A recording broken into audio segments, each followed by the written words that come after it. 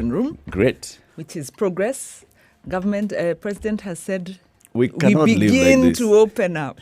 We cannot live like this forever. Yes. You know, we've got to get to that reality where, you know, do the best you can.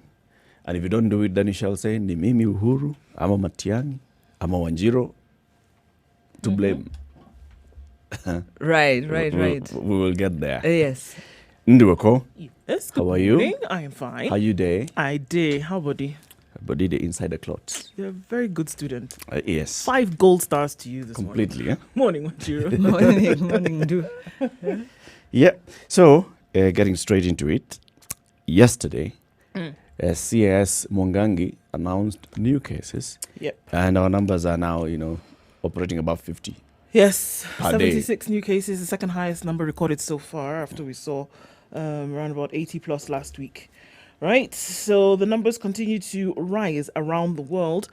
But we expected this in terms of what would happen in Kenya with the increased testing that's going on. This was expected. Yep. And we also know that, unfortunately, I mean, it's maybe taking a different direction, but we know also that with some of the things that DG Amoth talked about yesterday, whereby, I mean, and we alluded to this earlier yesterday as well, people giving wrong information, giving, you know, false phone number for fear of being caught. What is going to happen is that there are other individuals who are not going to come out at all. And if they are infected, inadvertently will infect other people. That's the fear. And I heard it in a way that I didn't hear it before. But when Dr. Moth spoke yesterday, I said, this is it though. Because when you're giving wrong information, that means that other people are hiding in the shadows and they don't want to come out. And the danger that lies therein is that more and more people are going to be infected. And I think we just have to prepare for that. It's going to happen, whether we like it or not. Whether people are asymptomatic, whether they have difficult symptoms, whatever the case may be, I think we need to prepare for the fact that we're going to see many more numbers. People will get infected to a larger extent. Oh, yes. When Angela Merkel was saying at least 80% of our population has got to get infected. In order for us to see this thing live its course. This is it. Yeah. So we're at that point. Even though that issue of herd immunity, they're saying it hasn't worked in Sweden and it doesn't seem to be on the trajectory to work. So that's a theory. And I think the reality is we really don't know what we're dealing with and governments don't know. And the best governments can do is have a strategy that's consistent, that is well thought through. And you know, really do their best and keep monitoring the situation. So I think the weak point we have in Kenya is the social dynamic. Because obviously government paid attention to the health dynamic, has done pretty well on that front, but then, you know, overlooked the social. You're dealing with people who then will defy what government says because they need to get together and have their religious ceremony or whatever, get together, and will then, when you lock down a part of, you know, a particular part of the city, people will then protest because also of the economic. So I think the weakness or the big factor that we possibly haven't seen government deal with as well as they could and you know, consult around and strategize around is that element. It's the social side of things and the economic side of things. I mean, people have got to live their lives to a large extent. In fact, we've been saying this. When the government asked people to stay indoors to minimize their movement, people obeyed to a great extent. People obeyed. People stayed indoors. For a long time, you'd actually drive out and you don't see human traffic or vehicular traffic. Now, it's the opposite. And it's not that the government said, okay, we don't care, come out if you want to. It's just because people had to leave. So, and this is where I think that's what you're alluding to, Wanjiro. The government ought to have also taken care of that. So I have stayed indoors. What next? What next? Yeah, I think, you know, we haven't heard a strategy from government. Government has issued, you know, advisories and these pronouncements. And for instance, when they reopened restaurants, I think that signaled to everyone. They said, hey, Restaurants, there's a lot of contact in restaurants. Yeah. You know, you're talking about contact with food, contact with each other. If restaurants can go back, then surely we are being told quietly, Yeah. gisotini. Because the one thing, and then government didn't come out on social protection. Because in countries where, people there was a lockdown, government then very quickly moved to say, we are aware that you then have livelihood issues, and these are the plans. This is what we're going to do. So yes, and part of the government doesn't have this strategy because we were looking at the budget for 2020-2021. And we were shocked because there was a paltry amount that was put towards COVID. So government, I think, thought, we don't have a high rate of infections. And I think there was a miscalculation, not based on data, not based on research, we don't know this virus, but we seemed to have very low infections. And I think government thought, because from the first case to now, we seem to be very slow, our curve is rising very slowly, we might have some inbuilt immunity, we can weather this thing. So government has done some good things, but I think we are still vulnerable because there's a huge unknown factor. And the issue of informal settlements, informal trade, the markets, access to water, ability to distance, and all of that is still very real. And the economic is still very real. And so the president has now this, is it a 9-point or 8-point? 8-point economic stimulus. Right. Yeah, that begins to tinker. But we are at the mercy of God, really. Overall. Yes. Right, We'll come back and look at the numbers. Yeah, we'll look at the globally. numbers. At 18 minutes after 6, let's look at weather and then look at the global numbers. What's happening in other countries? What's happening in now? Is it Mexico and Brazil? Brazil. That's leading that part of the world. And then the UK and what's happening there. And the rest of the African countries. Good morning. This is a Situation Room. It's Kenya's biggest conversation.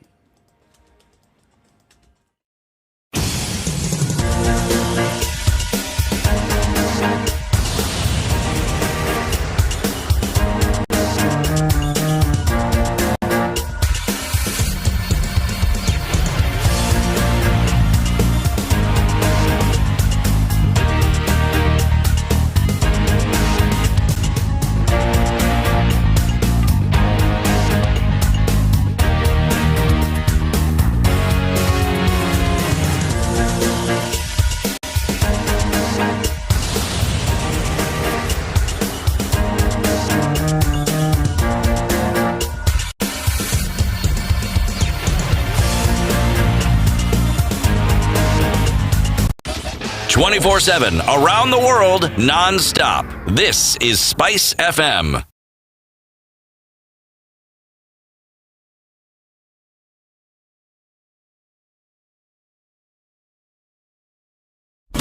Classic soul, R&B, smooth jazz, neo soul, and nostalgic ballads. Make some noise. Yeah! You're listening to Spice FM.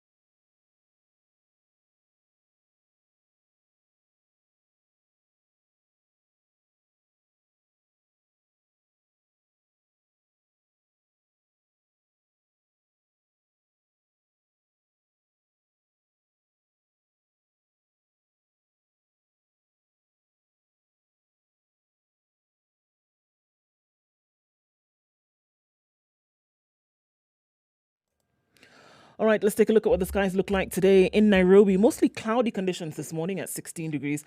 We'll see a high of 25 and lows of 15 today. Likelihood of rain in the afternoon in Nairobi. It's mostly cloudy in Nyeri this morning, and we will see wet afternoon with highs of 24 and lows of 15. Mostly cloudy conditions right now.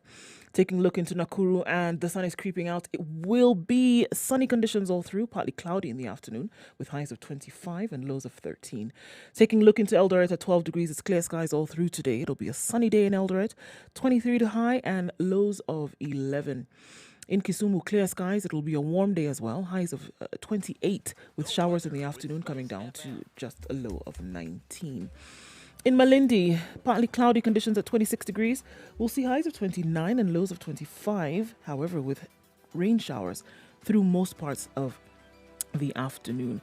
It's promising to be a wet day in Mombasa as well. Currently partly cloudy conditions. We'll see highs of 29 and lows of 24. Taking a look then into East Africa and starting off with Kampala at 20 degrees. Clear skies this morning. However, rain showers expected in the afternoon with highs of 27 and lows of 19. Dar es Salaam will be showers in the afternoon. Highs of 30 and lows of 23. And currently is partly cloudy. Taking a look down south into Johannesburg at 9 degrees. Clear skies this morning. Highs of 16. It's going to be chilly starting summer in South Africa with a low of -1. In Lagos, today clear skies at 26 degrees. Highs of 33 and lows of 25. We'll step into Europe and looking into Paris at 14 degrees. Clear skies all through as they get into summer. 26 to high and lows of 13. And in London at 13 degrees, clear skies as well. Highs of 26 and lows of 13. And we'll wrap things up in New York today. And in the Big Apple, when the sun comes up, it'll be 16 degrees. Clear skies all through with highs of 21 and lows of 15.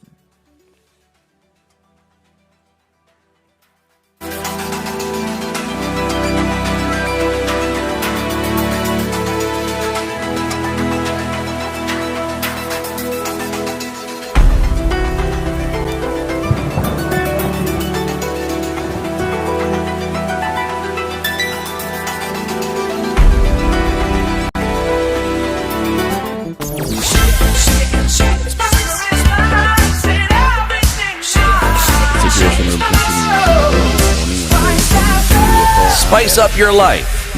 Let's take a look at global. Mature, intelligent talk every morning. Spice up yourself.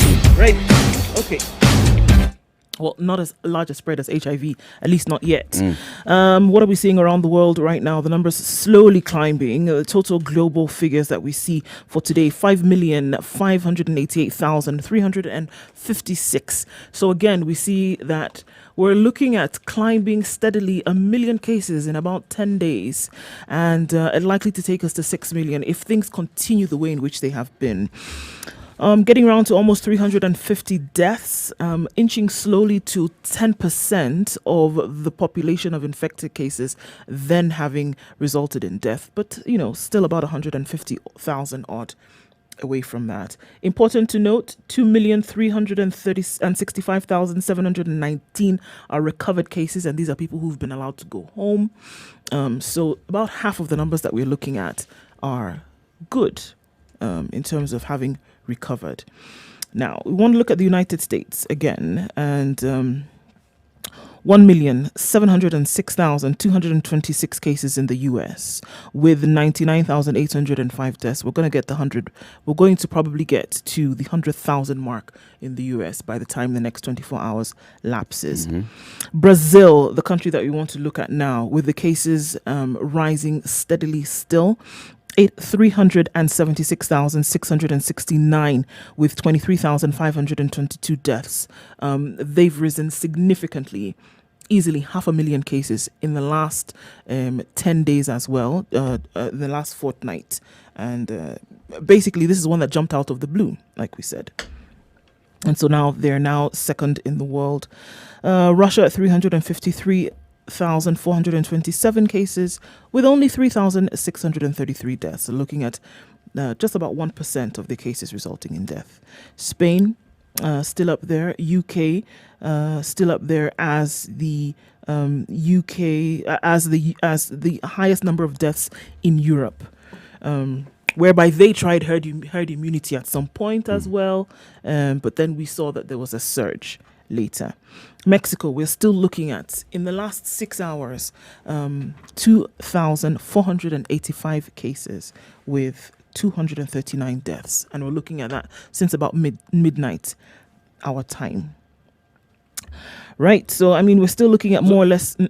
Basically, this countries, the numbers are still rising, but the testing is also rigorous. Yeah, and the testing has come later. I mean, if you look specifically, we didn't hear about Brazil.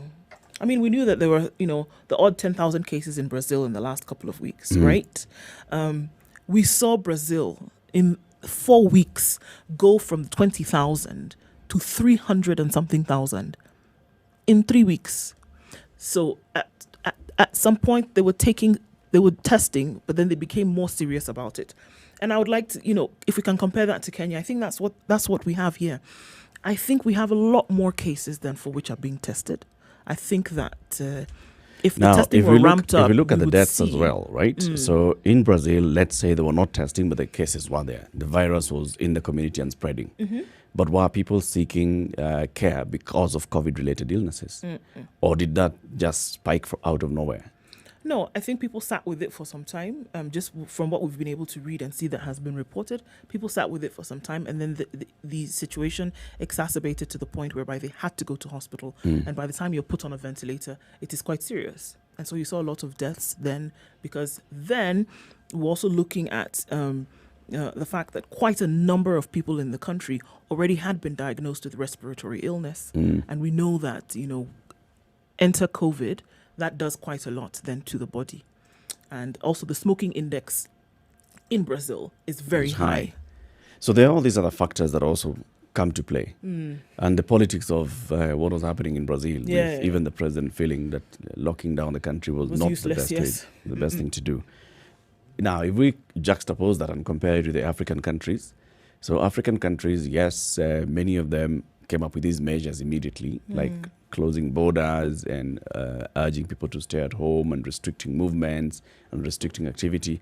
Only a few countries like South Africa have good testing capability, and they are therefore testing highly.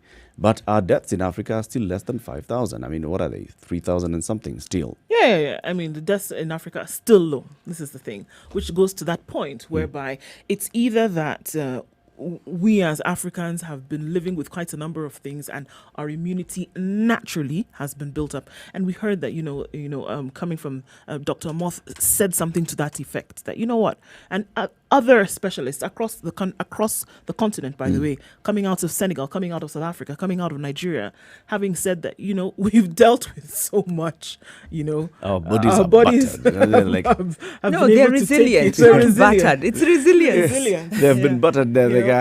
What? Yeah.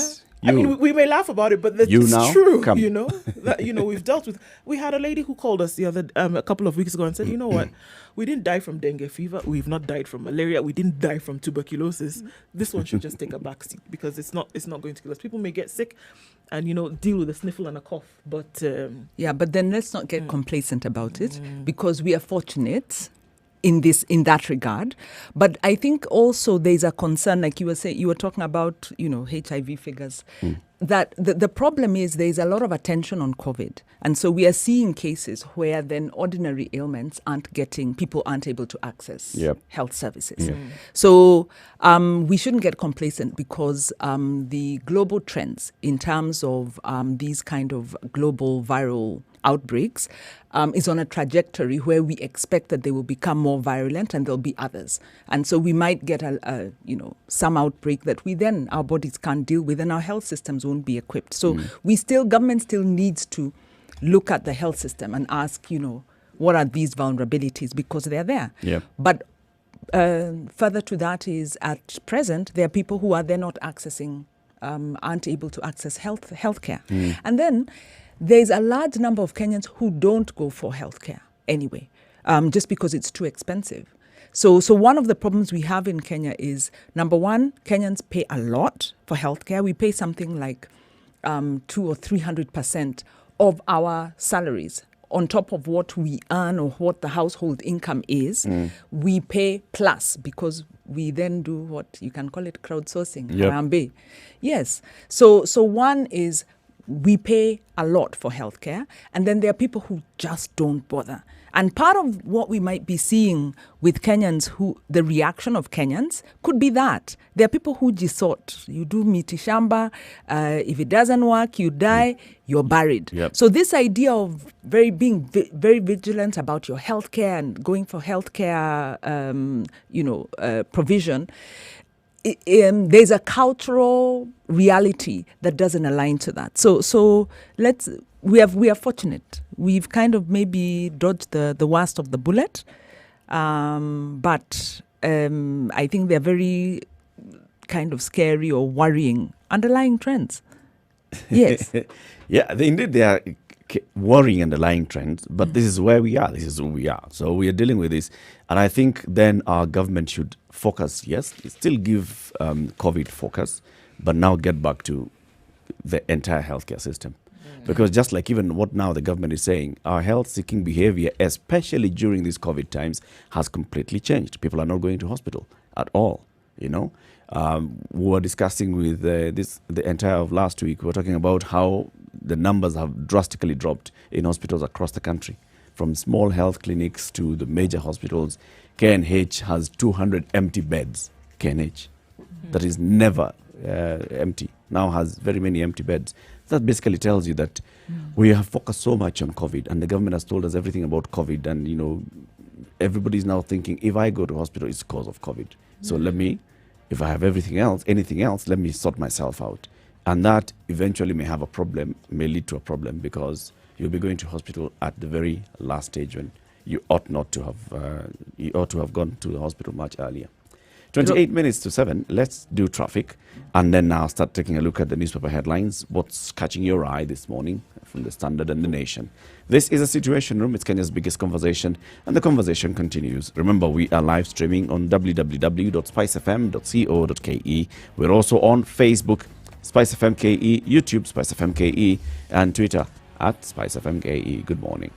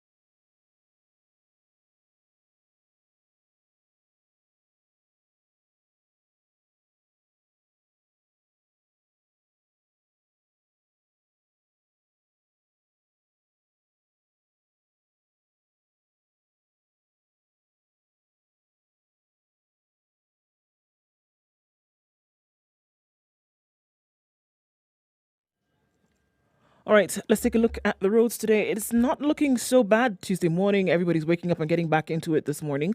Looking at Mombasa Road, it looks like it is going to flow quite smoothly. All the way from Namanga Road, East Portland, cement traffic is flowing very well. Getting to the SGR, it's going to have a bit of a hold up there as you then join Cabanas and then get to General Motors. After that, though, it is looking pretty good. We don't have much traffic on the roads this morning. It's likely to increase as we go along. I'm going to take a look at it and let you know what it looks like. Coming off of Figure Road and then into the CBD from the Globe Cinema roundabout, that is also fine. You'll get through the Pangani underpass without too much of a headache this morning. Everything else seems to be flowing quite smoothly today. We'll let you know if you see any hiccups along the way. You let us know as well how you can reach us. Spice7KE on Twitter. Let us know what you see and we can try and keep it moving this morning. Let you know what it looks like, an update around the country in just a bit.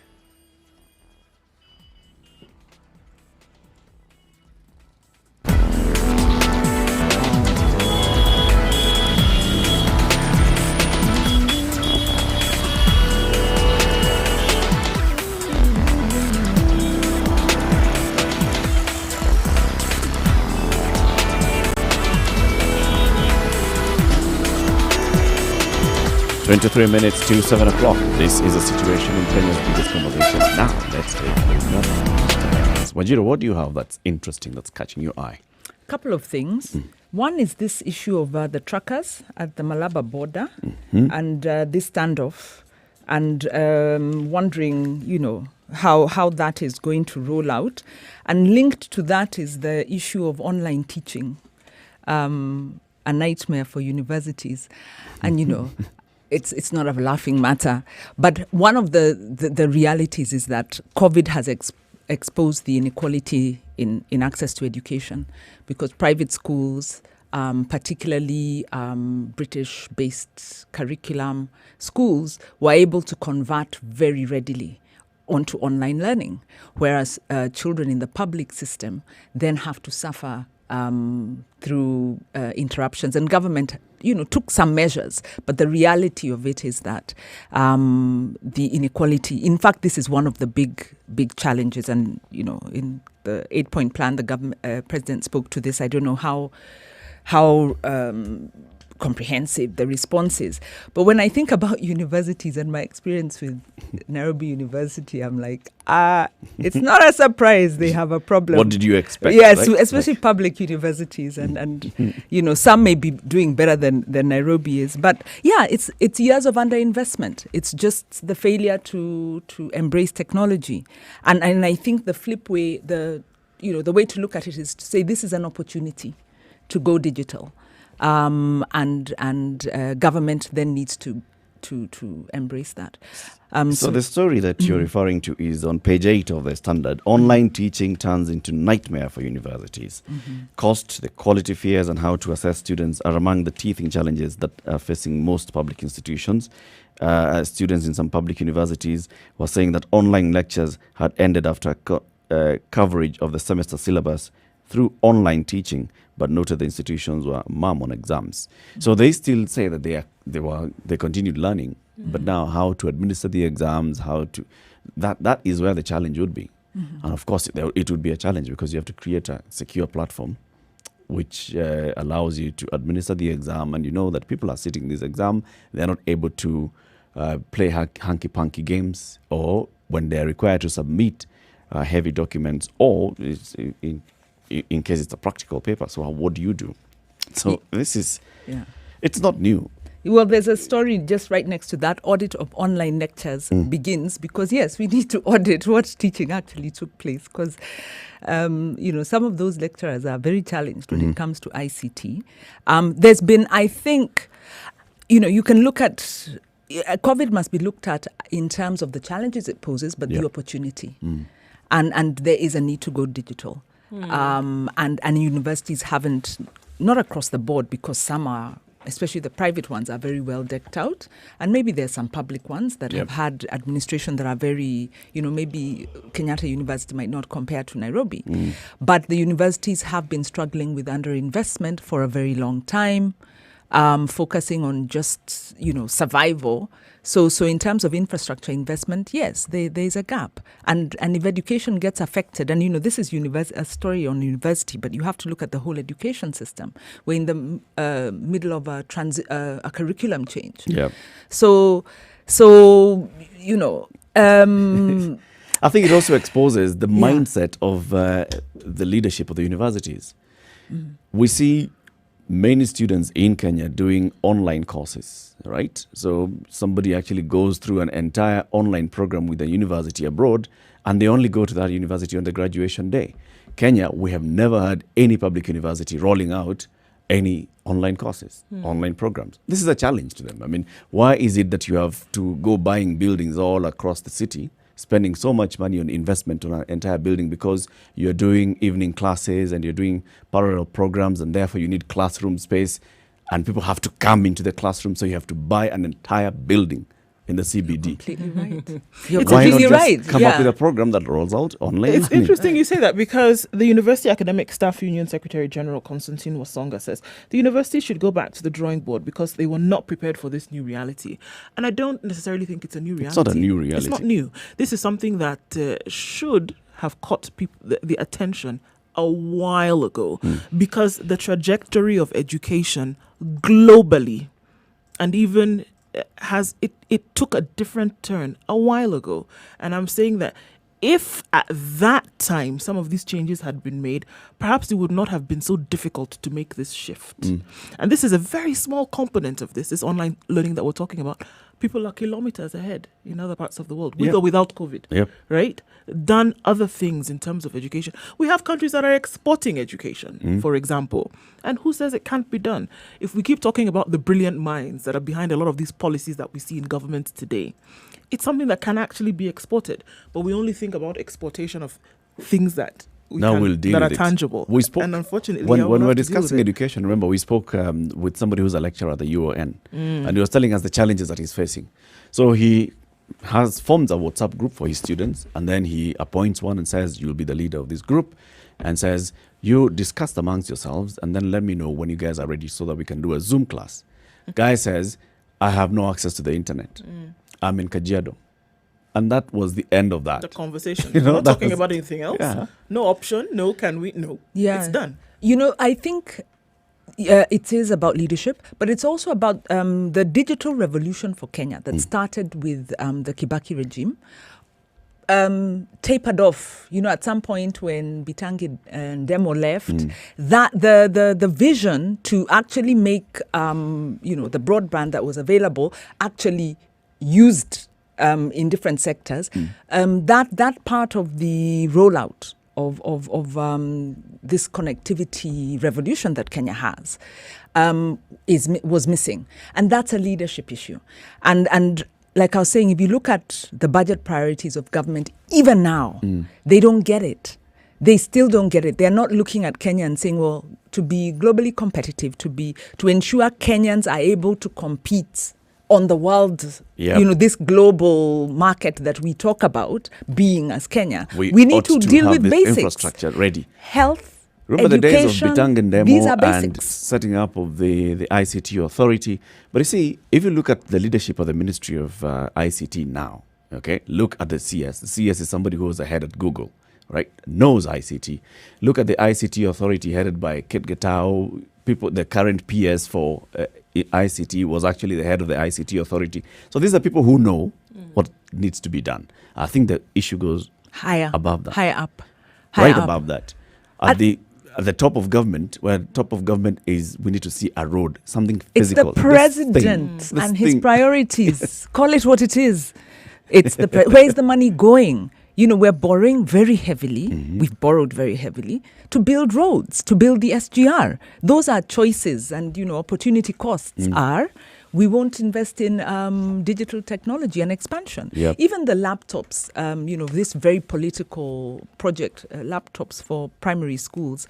The idea was good in that you need to introduce digital learning at the very early age to Yes. everybody in the country. but not buy physical laptops. So yes, it goes to it's right at the president's feet. for all, the kind of positioning of the president as this very global citizen, very savvy, he has missed this.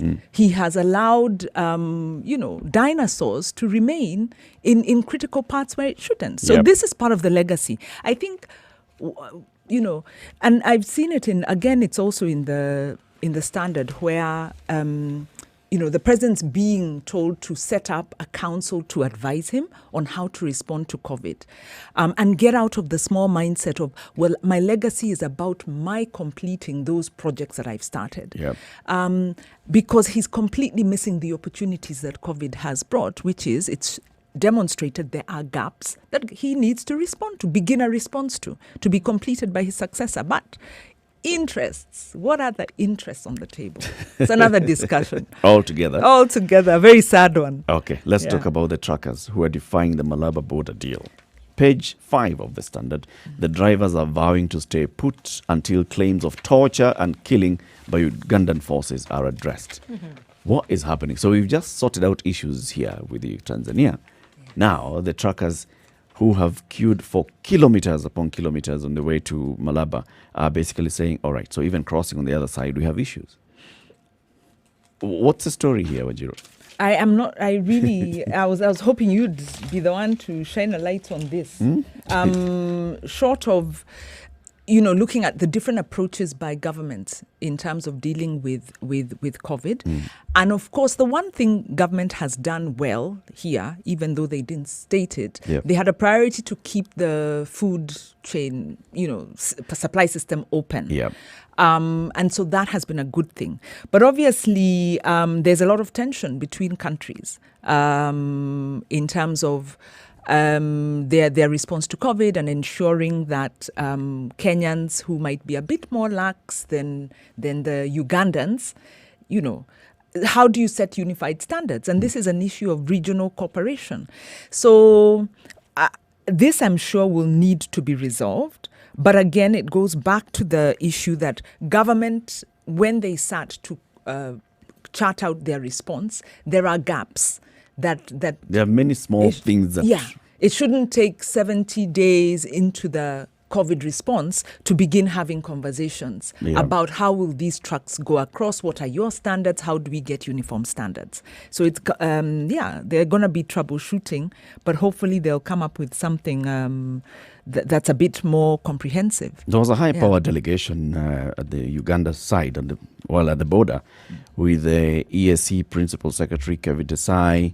We had Kenya's ambassador to Uganda. We had representatives of the Uganda Revenue Authority and the Ugandan government coming to the border to have this conversation. However, I'm not sure that, the Chief Operations Officer, the Kenya Transport Authority, Masi Reri, was there. The truck drivers, I hope they were represented in this meeting, because they're the ones who are complaining. The truckers are claiming that one of their own had died from harassment. 2 weeks ago, one of our drivers was sodomized in Uganda and then stabbed. Our efforts to take him to hospital were thwarted by Ugandan army. His body has not been returned to Kenya. The truck he was driving and the goods in it are missing, said one driver. It's horrendous. This is a horrendous story. I mean, think about it. They even blocked the border and they said, look, we are getting harassed on the other side. And we need to have a clear understanding of how we are going to cross over to Uganda side once we get our certification. Yeah, I think in principle the agreement was made, but the nitty-gritty then was not taken into consideration. And obviously you have very many players beyond where diplomacy takes place. Down here, you have very many other players. The officers on the ground. On the ground, it's something totally different. And, everybody at this point is trying to salvage the one buck or two that they're able to hold on to. And it's just, it's the law of nature, that, you're going to try and access as much as you can, whether it's at the expense of somebody else or not. And I mean, look at all the conflicts we've seen around the world. It's over resources. And it's in terms of what's available now, even to these truckers, it's much less than was previously. So if you need to stay for kilometers in order for me to get my own, that's what's going to happen. And we see that violence then will be meted out on people who may pose a threat to that little bit that you're able to have access to. And I think that's what we see playing out here as well. I mean, the conversation was had at the top. And again, in terms Things of the on paper, process, by the way, they yes, look very good. in terms of the process and how it's actually going to roll out, very little, attention then was paid to that. And it's like, the diplomacy happened, and they said, we've had the meeting, we've agreed what's going to happen. We dust off our hands and we say, look, we've talked, now carry on. But now in the carrying on of it is now where That's we where see the all of issues this. are. And the truckers have basically gone and said, look, this diplomatic talk that you had, that's very good, but we're not going anywhere until this is sorted out. So I think that is also something that plagues us. If you want to look at it at a country level as well. Implementation. The implementation is where the bottleneck is in a lot of instances. Let's see how this one plays out, because it's even been covered on the TV, and you see, in fact, they're using drones and helicopters just to show you how long this queue is. I mean, it's ridiculous. And just sitting there, and you're like 20 kilometers from the border, and you're a truck driver, you're wondering, so when am I ever going to cross? Yeah, and then you How many talk days about are we facilities talking about? that are not available. They may have a little money, they're not able to buy food because they're going to The be local there for community, days. and also the local community is not welcoming. It's not welcoming They're all at telling all. them, you guys are the ones who have corona, because we are hearing it from the top that truck drivers are now the carriers of corona. You think that any villager is going to allow truck drivers to come and roam around? No, they're not. So they're having a lot of difficulty in their business. What's interesting? All right, spotlight on informal settlements as plans to reopen underway. The UN Habitat warned that the pandemic is likely to hit the vulnerable people the hardest. All right, that was a global thing. But now, with plans afoot to reopen the country after months of a dusk to dawn curfew and containment measures, the spotlight turns to the informal settlements in Nairobi, which could be a ticking time bomb. Nairobi has been the epicenter of the COVID-19 pandemic in the country, accounting for more than nearly half of the 1286 cases announced so far. More than 600 positive cases have been reported in the city as the numbers continue to soar.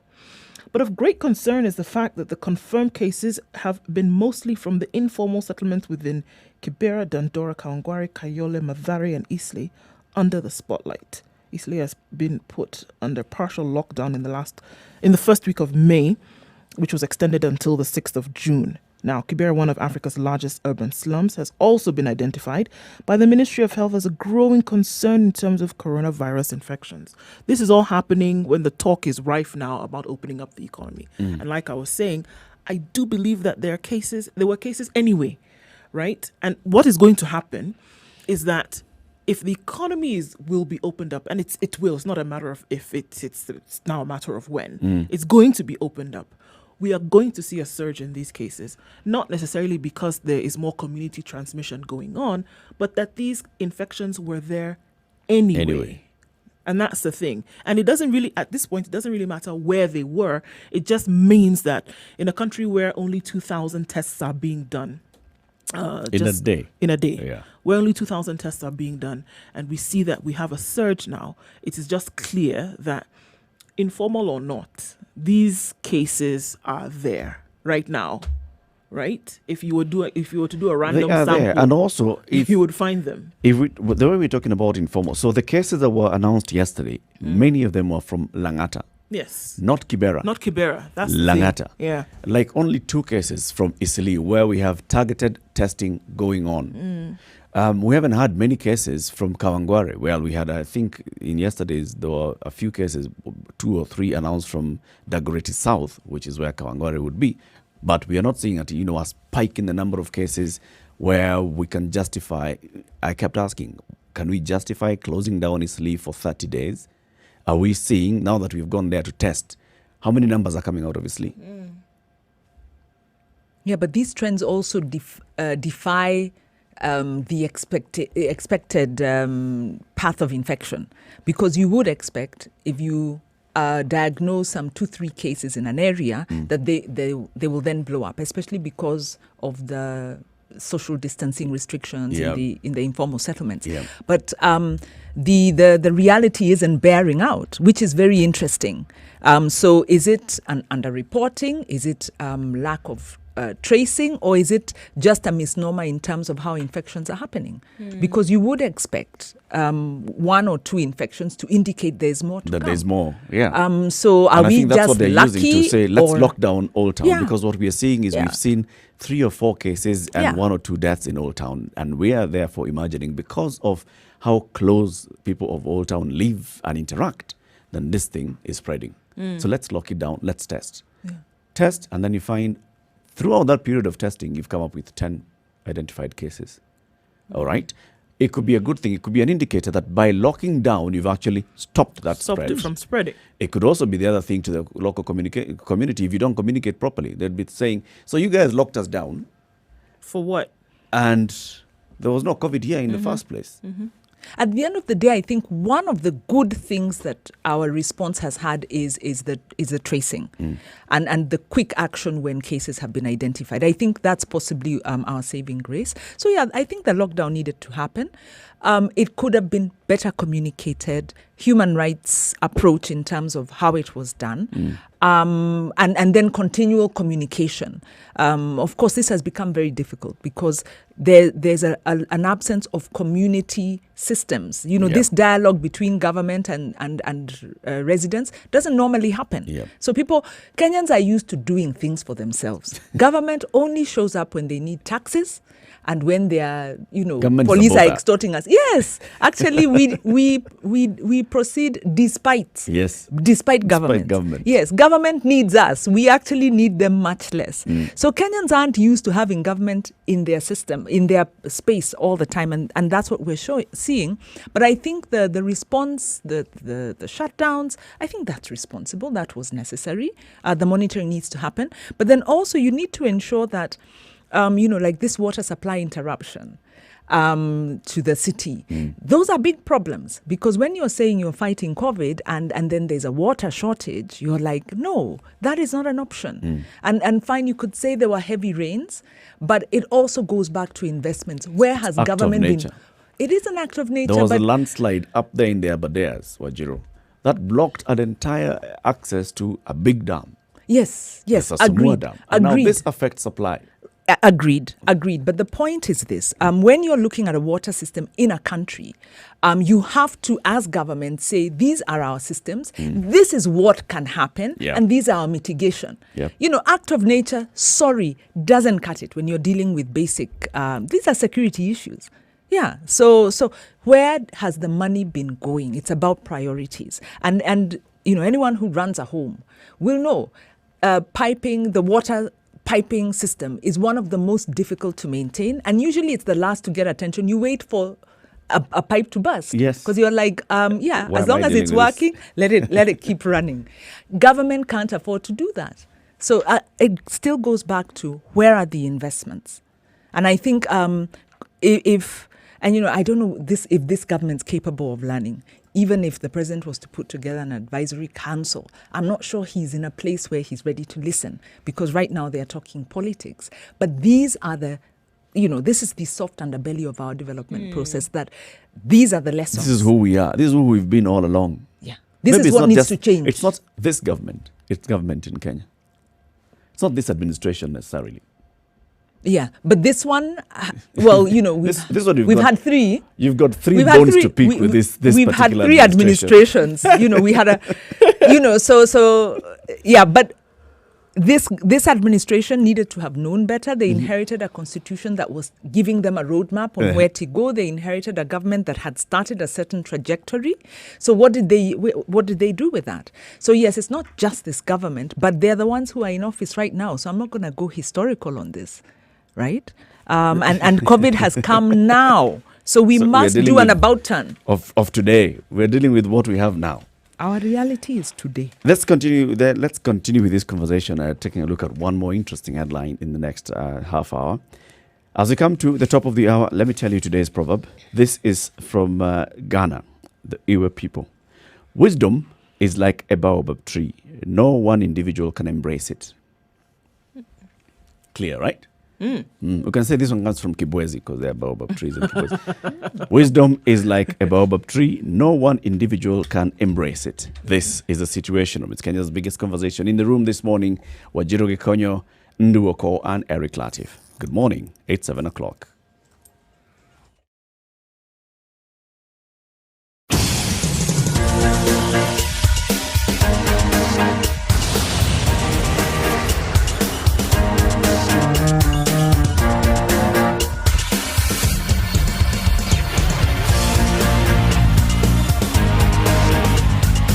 All right, let's look at the Eastern Bypass this morning, where it seems that the road is not just for vehicles, but markets as well. So that's causing some traffic this morning, and nobody wants to move. Who's the wiser here is the question. So as you are getting onto the Eastern Bypass, specifically at Utawala, you're going to find some traffic there, and the vendors are trying to be moved this morning. Hopefully that doesn't get into a heightened situation as we see it. A little bit of a hiccup on Mombasa Road, but that is fine. Taking a peek then into Mombasa, and it looks good. Getting into the CBD, getting into the town centre is not too bad on my avenue there. And then coming in from Mariakani, a slight hold up, but you are fine. All right. Looking into Kisumu, Obote, getting out into the air towards the airport and into the city. Also, traffic is moving quite smoothly today. You won't have much of an issue there. Coming back then into the capital, a little bit of a hold up right then there around Survey on Thika Road, but that'll get you into the CBD without an issue. Still in early times for traffic this morning. We'll take a look and see what happens later. If you see something that we should know about, don't hesitate to let us know. Spice FMKE on Twitter, let us know what you see.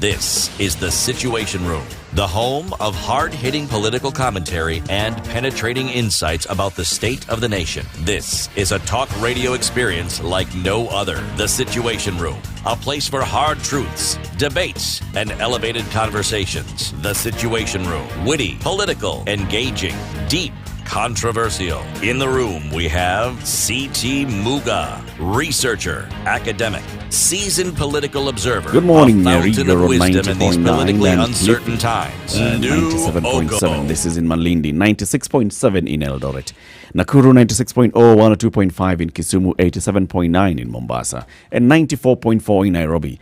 Wherever you are around the world, www.spicefm.co.ke, or maybe you're watching us on YouTube. Spice FM KE is our channel. Spice FM KE on Facebook and Twitter. Join the conversation via our Instagram handle, Spice FM KE. Now, keep it right here because this show today is going to be jam-packed. We have various conversations.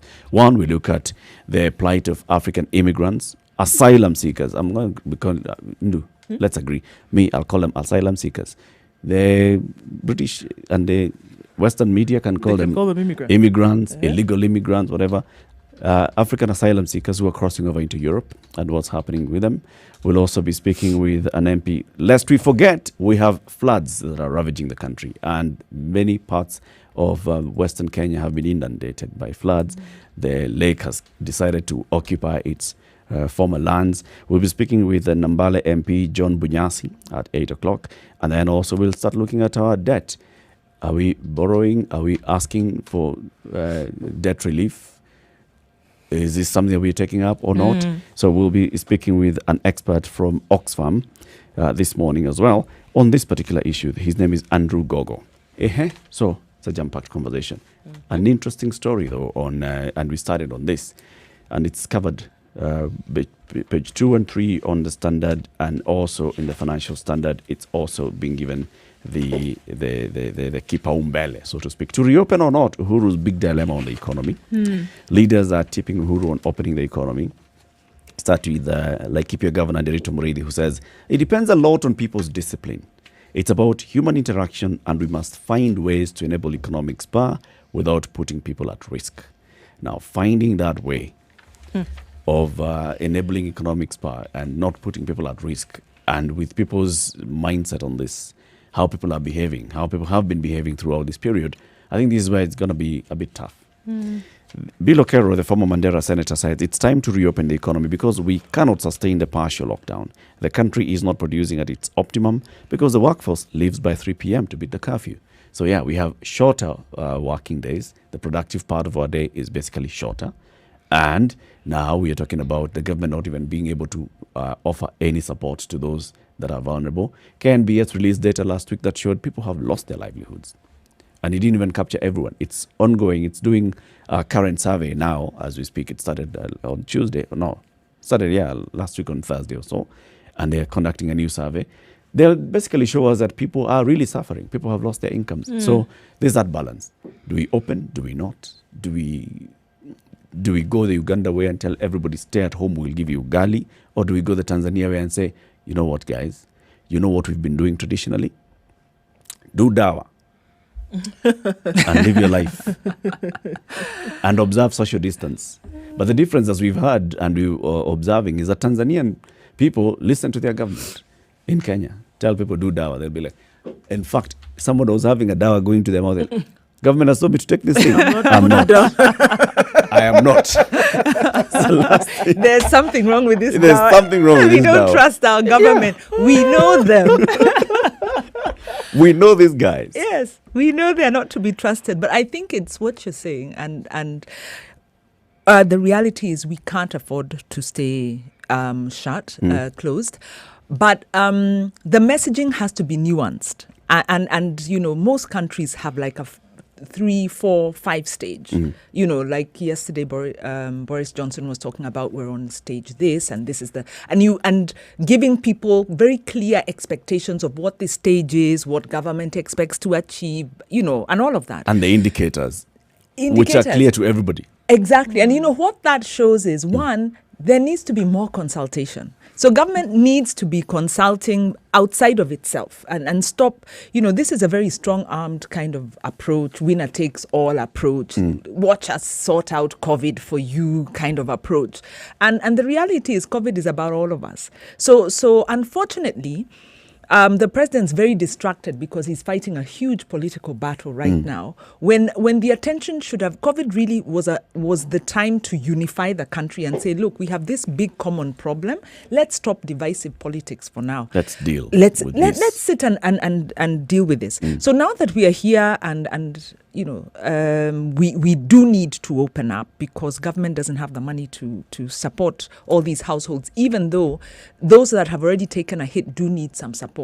And the Senate had anticipated there's 6 million households and it would take something like, I think, was it a figure of 70 billion to feed these households for 3 months. So, you know, those are realities. So government also needs, you can't just say open up, kila mtu ajipange, because you will say open up, but there are people who can afford to stay at home. And so even if you open up Gikomba, people aren't going to go shopping in Gikomba. The business will still be low. So government needs to give us a little bit, give us a plan, have consultations, give us a plan, and then we need message carriers. So the president needs to bring on board more people into the fold, the counties especially, people who have more legitimacy, so that this conversation can be, we are opening up as a country, and this is what we expect, this is what we're going to do. So he needs to deal with who are the message carriers, what are the social implications, what are the economic realities, and so the message to opening up has to address all of these. If it is just get back to work, Kenyans will get back to work. And Kenyans will, you know, say, well, we haven't died so far, so let's continue. Live our life. Exactly. So it depends. If we're talking about bringing people on board now to have a conversation, if we remember, actually, going back to the very beginning in March, there was conversation in the business community. KEPSA was very much involved and the rest. There was conversation with the county governments. The COG was meeting, and that's why we have Kuti sitting in the NAC. So there was already a bit of conversation, but at that higher level. Down here, we don't know that conversation. So we can't start having a conversation about, you know, let's open. Well, the problem this was actually exemplified in the issue of Old Town in Mombasa. Remember, initially there was that pushback from the community, and Joho had to go to the community and have a conversation with the community. And now the Wazirs are the ones who said, people, let's do this. Joho will bring food, and we're going to stay here and contain ourselves. So that it's very possible for the people of Old Town to come up with a a reopening plan, because it's being led by the wazaes or Vijiji. They're the ones who are working with the government and saying, this is what we're going to do. So we'll open up. If anybody coughs and you see them coughing, take them to that particular place. They'll be tested. We can house them in this particular house. They've identified all those things. The rest of us, now, that's a conversation that will take us 17 other months. Now we'll be in lockdown longer, Wanjiru. So the reality is what you're saying. If government wants to open up successfully, they need to have conversations. And this is Uhuru's Achilles heel. He doesn't converse. Right through, all along, he likes to talk to people who think like him, who support what he says. And unfortunately, his just kind of, it's a civic... his outlook to governance is, we are the ones who are going to bring the solution. So I don't know if that's going to happen. But if he is reading in between the lines, there are a lot of people saying to the government, this is, trying to give advice to government, so that there's a sense where what we need is dialogue. We're in this together, where none of us is exempt from COVID. Okay, there's some preferential treatment going on for our political class, which shouldn't be happening, but we're in this all together. And we do need to open up, but we need to open up and deal with socio-economic and also health realities. So if that doesn't happen, then we'll open up and we will bear the brunt of it, because there's the risk of a second wave. We have to take into consideration the fact that half the population never shut down to begin with. That's okay. Right. So you're telling them open up and they're saying, okay, well, as far as we're concerned, it's business as usual. So let's just carry on. And I think that in terms of having a conversation, this ship sailed a while ago. It happened in Mombasa because this was something that was directly connected to their culture, because it was going to be a conflict at the point whereby you're telling people that they can't, because of Ramadan. You're right, in the middle of Ramadan, you're telling people that something that they had known traditionally and culturally for generations, now because of COVID, whereby they had not really clicked with that anyway. Now it's touching on something that they practice and believe in. You had to have that conversation. But by the time now you want to come and tell people to open up, whereby you never really told them about closing in the first place, that conversation is not going to happen. Things are just going to snowball in the way in which they're just going to take a natural course and go along.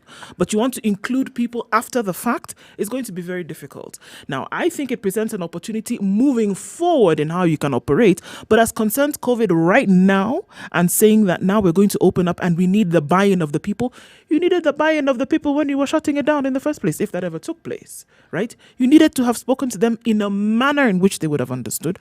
Let's look at other countries that are even listed here. Look at Ghana, right?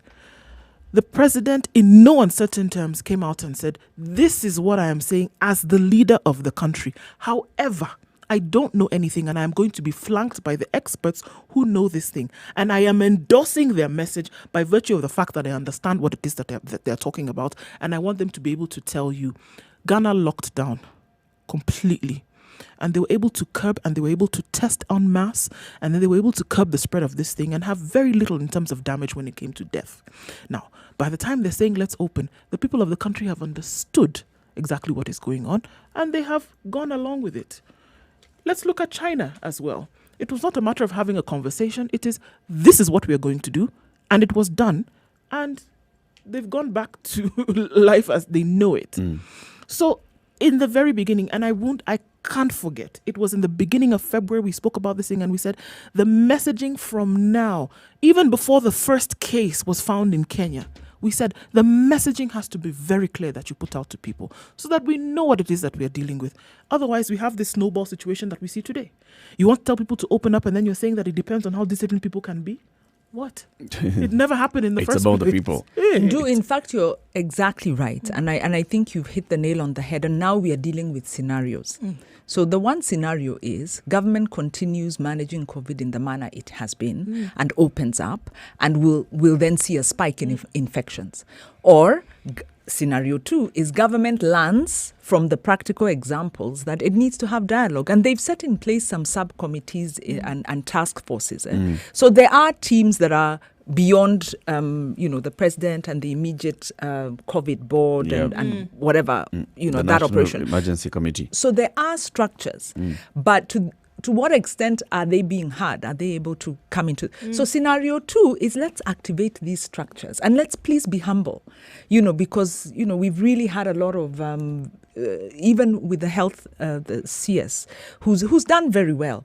At some point, the tone and, like you're saying, the messaging has really been very patronizing. So, It's you and to very blame. authoritarian. Yeah. It's you to Like, what's blame. wrong with It's you you to people? blame. Why aren't you doing? Exactly. An errant child. So there are scenarios, and government needs to decide how to open up. And for them, let them listen to the people or the people. I will take you back to what you said. We live despite of the government. That's the problem. The That's government our should just reality. step back. Yeah. Let us deal with this thing. The government does not need to tell us to open the economy. In fact, what I'd advise the government is keep doing this international PR messaging. All right? Tell us, we still continue. We'll extend the night curfew. But what we'll do is now, instead of it starting at 7, let's start at 9. All right? So I'd allow people to work a bit longer. But curfew will still be in place. We will still maintain that cessation of movement from these 4 main counties. Let that stay in place. Then the rest of the things, stay quiet. Let people live their lives. Internationally and on paper, the government did not open up. And you keep advising people, just like Uhuru advised us on Saturday. Look, guys, if we don't do these things that we've been told, we are the ones who are going to spread this disease. Let's be responsible. Do not release the restriction on the number of people in a matatu. Let that stay in place. Do not release the restriction on churches and bars and mass gatherings. Let that stay in place. But everything else, just be silent. We are going to live our lives. But that's how I see it happening. This thing of let's have dialogue. We cannot have a structured way of coming out of something we got into without a structure. Yeah, it's like, say, okay, let's plan it properly, but let's move into this house, right? So you just move in any which way. Some people enter through the windows, some the doors, take off the roof, get in through the roof. Then you say, okay, now we're moving out of this house and let's do it differently from the way We shall use the door. We shall use only the door and we shall walk in a single file manner. No, it can't work. People are only going to resonate with the way in which they got in. How you came in is how you go out. 16 minutes after 7, this is a Situation Room. It's Kenya's biggest conversation. Taking a look at the weather shortly, and the conversation continues. Good morning.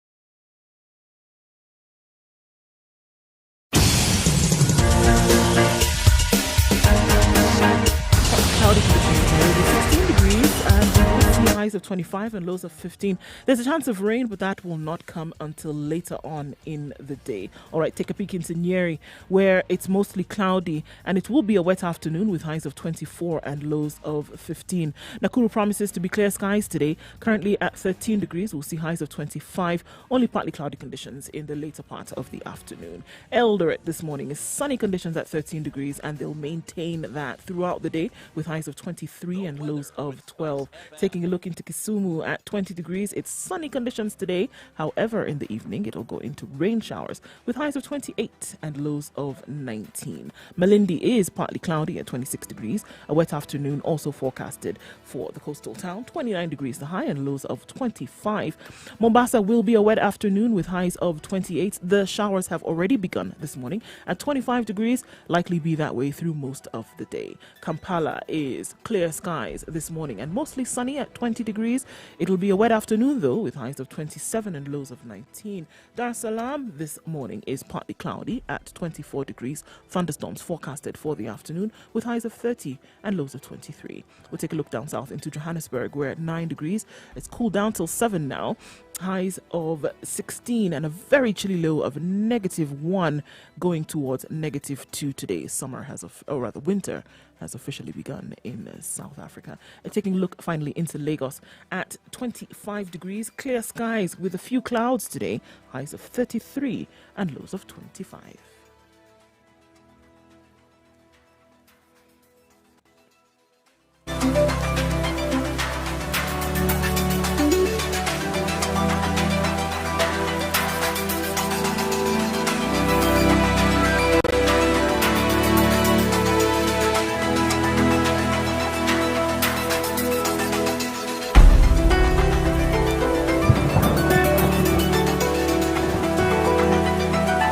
It's 19 minutes after 7. This is the Situation Room. It's kind of the biggest conversation in the room this morning. Is Indu Okor, Deputy Governor of the Institute for Social Accountability, and everything. So there's close to 1 million Africans living in some camps in various parts of Africa. Spice up your life. Left Africa seeking greener pastures, but using unconventional means to get there. Mature, intelligent talk every morning. Spice up yourself. Given papers to then either get into society and work, and we're talking about camps, which essentially is a temporary jail, right? And you're not allowed to come out. You can't receive anything until they're now able to view the process. But if we take a step back and look at what has really been happening over the last 6 years, because the numbers have then been tabulated and then really studied, and so it's been happening way before that, of course. But from 2014 is when basically people sat up and took notice in terms of what has really been going on here. The Mediterranean still touted as one of the most dangerous, treacherous routes to use then to cross over from Africa on the west side of the Strait of Gibraltar, and then passing through the Mediterranean and then heading on then into Italy, Naples being one of the closest cities that they enter in through. And mostly it has been countries of West Africa, from Cameroon to Senegal to Nigeria, the Gambia, Central African Republic, Togo, Benin, across the board, right? Now, it has been seen that from where we look at it here, right, a relative crosses over, and you hear from them after some time. The assumption is that they're doing very well and everything has gone smoothly, and they enter into a new life then in Europe, right? Unfortunately, that's not the case. And then you also hear of this particular, group that left. Then you hear some people died. And others made it. I think so and so was among those that died. So, well, you just get used to. There are those that will die, there are those that will cross over. And those that cross over, the story is beautiful. However, before it becomes beautiful, there's this part in between. There's the in-between. Where it's not so beautiful, right? And it takes, from what we are seeing, it takes anywhere between 6 months and 5 years for them to get the documentation that they need to be able to then operate within society. And they leave here, and I know you want to use asylum seekers, and that's actually what describes it best. That what they're doing is seeking asylum, whether it is economic asylum, whether it is political asylum, there's something that they are seeking. But in most cases, what we see is economic asylum. They're looking for a better life. Now, imagine the movies that you see where the high tides and the waves are crashing into the little boat. That is exactly what happens in most of these cases, because that is the only method of transportation that they can use to cross these bodies of water. So we're leaving Africa, going to Europe, looking for a better life. So you can imagine 2, 3, 4 nights on the sea, you're not able to swim, and your destiny is left in the hands of somebody who's been paid to get you from point A to point B. And that person is rough. Oh yeah, that person has gotten their money. Even from that point in Libya, the port, and the people who are sorting you out to cross over, everybody here is basically just rough. It's the money. Nobody is looking at you, oh, sorry, Ndu. Where did you come from? Nigeria. Yeah, let's see. I think the best place for you to go would be the UK.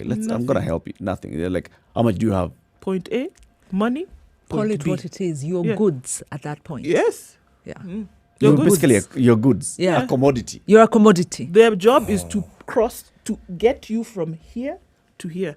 Whether If you it gets ate rough on in the the way, ocean, you die. whether you were throw sick, you over. whether your sister, brother jumped over, it's not their problem. Whomever they were able to reach the other side, they have reached. Now, understand, once you get onto the other side, guess what? It's not like you're able to cross over and you walk. No, there are people waiting for you on the other side, and you'll be taken into asylum. After that, within the purview of the government where you will now be currently domiciled, is when they will choose to give you your documentation or not. You have a lot of people who escape from these camps and then try to make a living for themselves after that. However, the situation is dire. We've said 1 million Africans waiting for some kind of processing of papers. That's a huge number. That's a huge number. And then getting to the point whereby we see quite a number of pockets of people, be it in France, be it in Germany, be it in Italy, who now have taken up protests and saying, you know what, we should be treated differently. Then raises the question, as an asylum seeker, do you have rights? You don't have rights or claim to the government, because you're actually begging them to be allowed to come in and operate in their country. So the protests that happen, And then we now see issues of racism taking place, issues of economic instability. Then you're not able to live, you're not able to thrive until you hope and pray you get this documentation whereby you can work. Now imagine going through all of that, all of this treacherous experiences. It is still better in the minds of people who make the decision to cross. It is still better than that which you have left behind in your home country. Chew on that for a minute. Right? You would rather cross the high and dangerous sea. You would rather get to a point whereby people are treating you in a manner that in many cases is less than humane. You would rather brave all of that than go back and live a life where the thing is, do you have the option of going back? Once you've crossed over and, gone through this entirely treacherous journey and you've arrived at Naples and you saw a policeman with a gun and you are loaded onto a truck and taken to this camp, do you have, at that point, the opportunity to go back? Oh, no. But you see, but from the stories that people have been told, or because you must understand, right? It's not just people standing up and going. It's people who have said, I braved it, and here I am. I have a job. I've come. So even you can try. Just come. So it's the experience that people are using then now fuels their own decision, right? It's the information that obviously people are getting from others that fuels the decision that they make to also try this thing, right? You are ready to brave everything, but the last option, the absolute last option, is to go back home. It's the last option. So do these people have rights? I think there is international conventions on rights of asylum seekers and refugees. These are Geneva Conventions.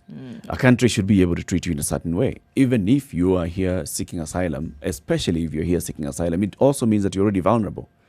That home country, that country that you've arrived at, should be able to basically treat you in a certain way. But you see, in this and they case, cannot tell you that, no, shut up, you have no right. They're basics. But maybe they can argue that the basics are, I set you up in a camp. I need to give you I've food, organized water, this NGOs other thing. to come and give you food, water, and everything else, and some sanitation. You are in a tent. That's enough, as far as I'm concerned. But you see, the thing for countries to then give asylum status, it is a voluntary. It's a voluntary move. There's no obligation. They don't have any obligation to do this. With refugees, as pertains to conflict and war, as pertains to the Geneva Conventions, then countries have an obligation to then receive and treat refugees in a humane manner. That is across board. But for asylum, whereby you feel that how you're being treated in a particular country or what you're able to have access to or not, then the country that would receive you, it is now up to them to see now when and how they're able to accommodate you. Can you force them to do things in a certain way when they did not, in essence, force you to leave your country? I think human nature will always gravitate towards opportunity. I think our strongest instinct is one of survival. So this is an issue of governance and of opportunities on the continent. And if I think the challenge for the AU, for our regional bodies is really to say, how do we ensure we create opportunities to stem this tide? Because people seek opportunities across the board. We've got Chinese coming to Kenya. They're also seeking opportunities and they're able to do it legally because our laws are more permissive. And possibly there's, a slight skills advantage, but their government is also more focused. So really this just goes, it just demonstrates our own vulnerability as a continent, because we are not creating the opportunities, we are not protecting our our people, we are not looking globally and saying, okay, we have a surplus of this labor, where do we place them? Number one. Number two, historically, we are not that far removed from the slave trade and colonization. And I'm sorry, I will go there. And so when you look at economic progress in the West, there are resources from this country that were used to create that wealth. So part of the UN, the Human Rights Conventions, is recognizing the inherent dignity of every person, and that must be respected under any circumstance. And then part of the push for the recognition of the impacts of the slave trade and colonization on our continent is that reality that for whatever historical reason, we have our wealth has been appropriated and has built countries in the West.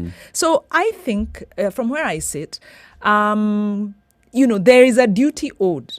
And it's one that's hard to quantify. And that's why I was very much in favor of this Mau Mau case that the Kenya Human Rights Commission was pushing. Because they were saying, yeah, it's very good to say now colonization is over and Kenya is independent and sovereign. But people's lives were totally disrupted. Yeah. And once you disrupt the first generation, it hits the second, the third, and the fourth. So we are still in that span. So the problem, I guess, is that first of all, Africa is as coming together. These countries are young countries. We look at Kenya. Kenya is a very young country. We compare ourselves to the States, to the UK. Our constitution, our democratic existence as a nation, we are still very young. And that's why we are possibly grappling with some very foundational issues. But the inability of the continent to get its act together around creating opportunities and around that historical conversation and around protecting our jobs and our opportunities is part of the problem. So I think when we look at this immigration story as just that, we are losing the bigger picture, and we need to spin that story. And we need to, So first of all, what you're saying is that we yeah. ought to demand that these European countries, basically, when these people are arriving, accept them. Come up with a mechanism which deals with how you're going to deal with these people, but in a better way. I think, knowing yes. that you are duty bound because of who you are and your history with them. Also, first, inherent dignity. And then the reality is we are going global. And there are lots of Europeans on our continent, and they earn and do very well. And yes, fine, there's possibly skills exchange, but there isn't always. So first of all, the way in which the stories are put out there, and I'm kind of putting it very simplistically, because there are countries, for instance, when the German Chancellor, I think it was some 2-3 years back, when they sat as a government and they said, we are going to allow them to come in. these immigrants to come in because we've seen that humanitarian crisis and we have a duty. These are rich countries. They can afford to do this.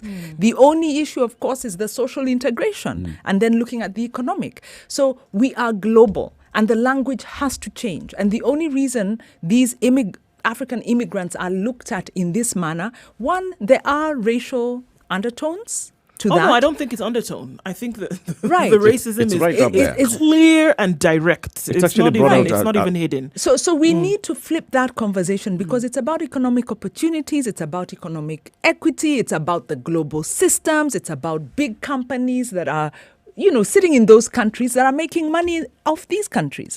So unfortunately, our negotiating power is too low because our governments aren't paying attention. And, when we are looking for these PR companies that come to hype elections, these are the issues we need to get PR companies and tell them, look, how do we message this so that we can win? Globally. Yeah.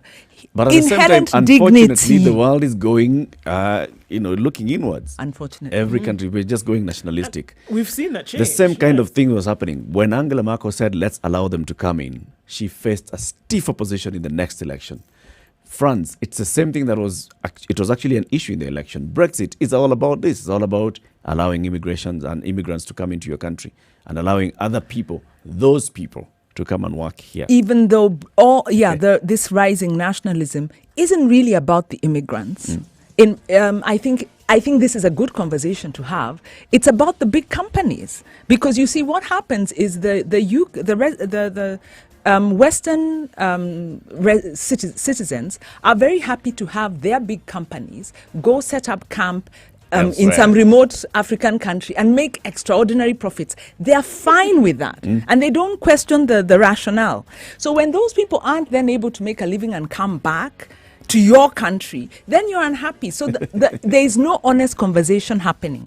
And I think this is about, and COVID actually is one of the big discussions is we have to question this neoliberal thinking that if you make a few people rich, these benefits are going to trickle down to the wider. It's not happening. There's a trickle-down effect. It benefits the entire community. Let's take a break. Let's take a look at traffic. 26 minutes to 8 o'clock. Shortly, we'll be speaking to somebody who has done that entire journey that Ndu has described.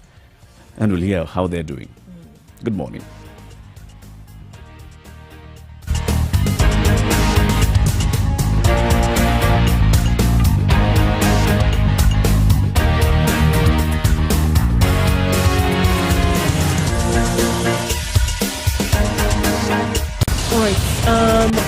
Okay, actually, let's go to Thika Road now and see what it looks like. It's slowing down just a little bit. More and more vehicles on the road this morning, right about 7:30. Heading into the CBD shouldn't be too bad. All right, too many accidents are happening nowadays, guys. An accident under the GSU overpass going into town.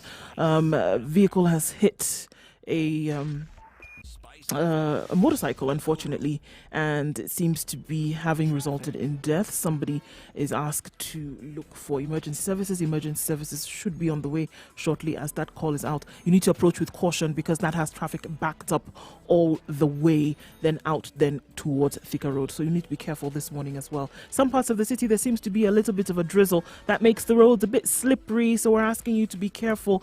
Every day so far since Friday, guys, we've registered accidents in different parts. Please, let's be careful. Kariobangi outbound on Outer Ring is bumper to bumper. Moving very slowly this morning, so just holding on to that for you to be careful about. Jogo Road traffic starts all the way to at Hamza. It seems that everybody is out now. We see the normal Jogo Road traffic. Juja Road from Kariobangi roundabout headed to town is also slowing down. There's traffic all about, guys. Let's see what it looks like in a short while. Spice FMKE, let us know what you see. Want to keep it moving this morning.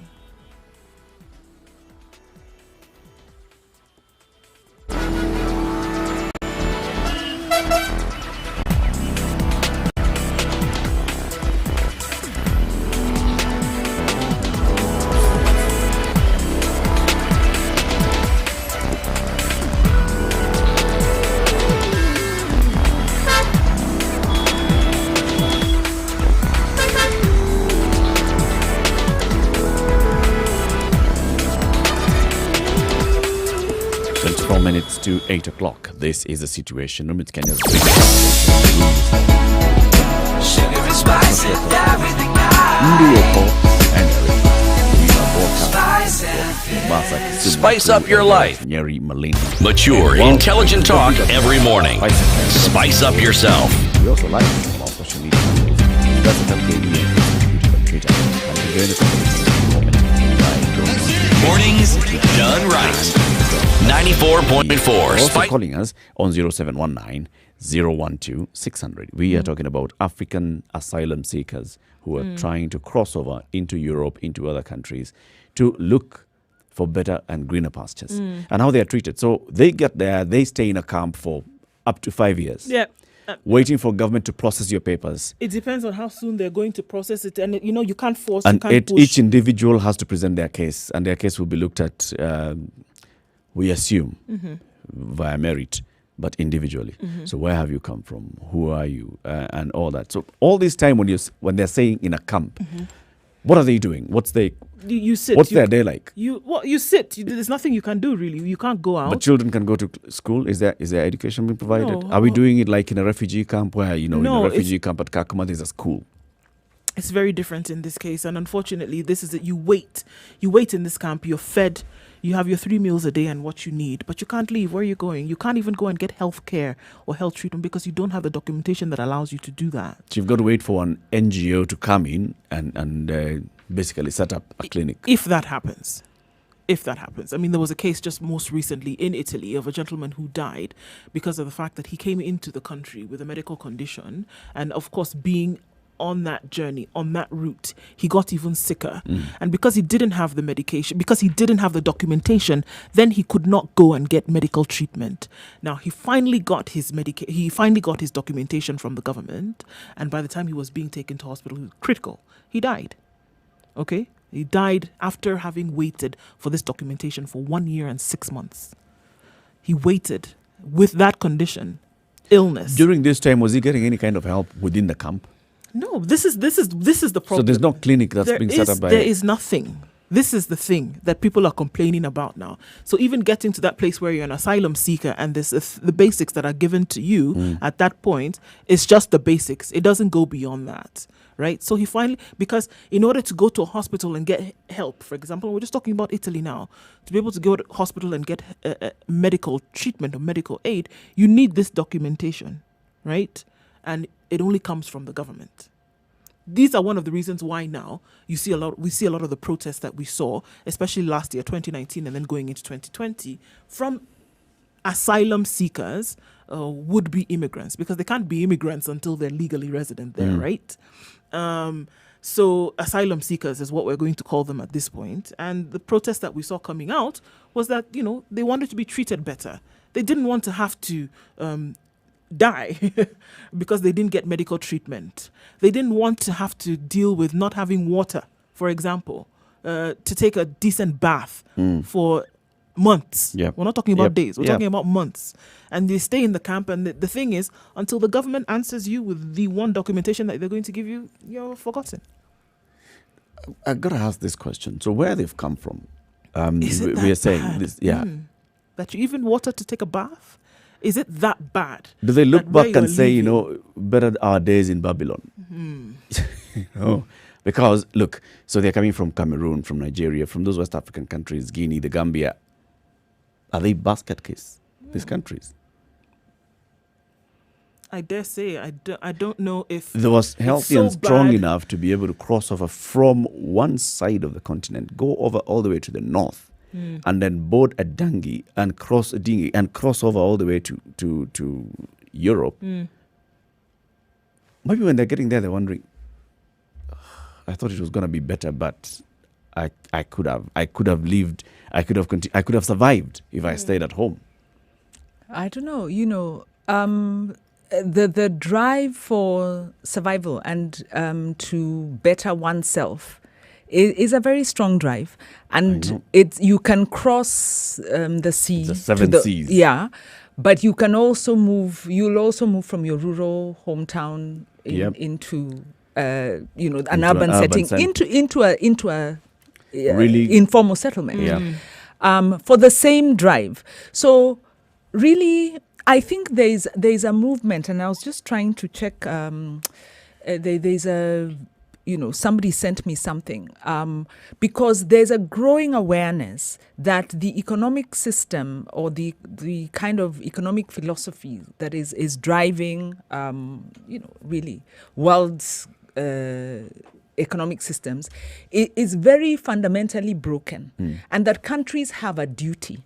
And in fact, one of he's a former minister of Greece, and oversaw or was the financial minister when Greece went through the debt crisis, the economic crisis. And one of the things he came out saying, because he looked at the EU and said that this is an inherently unequal system. And he said, much as they're talking about a unified Europe, there's still a lot of inequity inbuilt in that. And that's what, in the end, wound up affecting Greece, apart from their own kind of financial indiscipline. So the point is, part of what he says is, the West has very rich countries that can afford to do better, but they have to look at how is this wealth being created and how is it being used to help create commonwealth.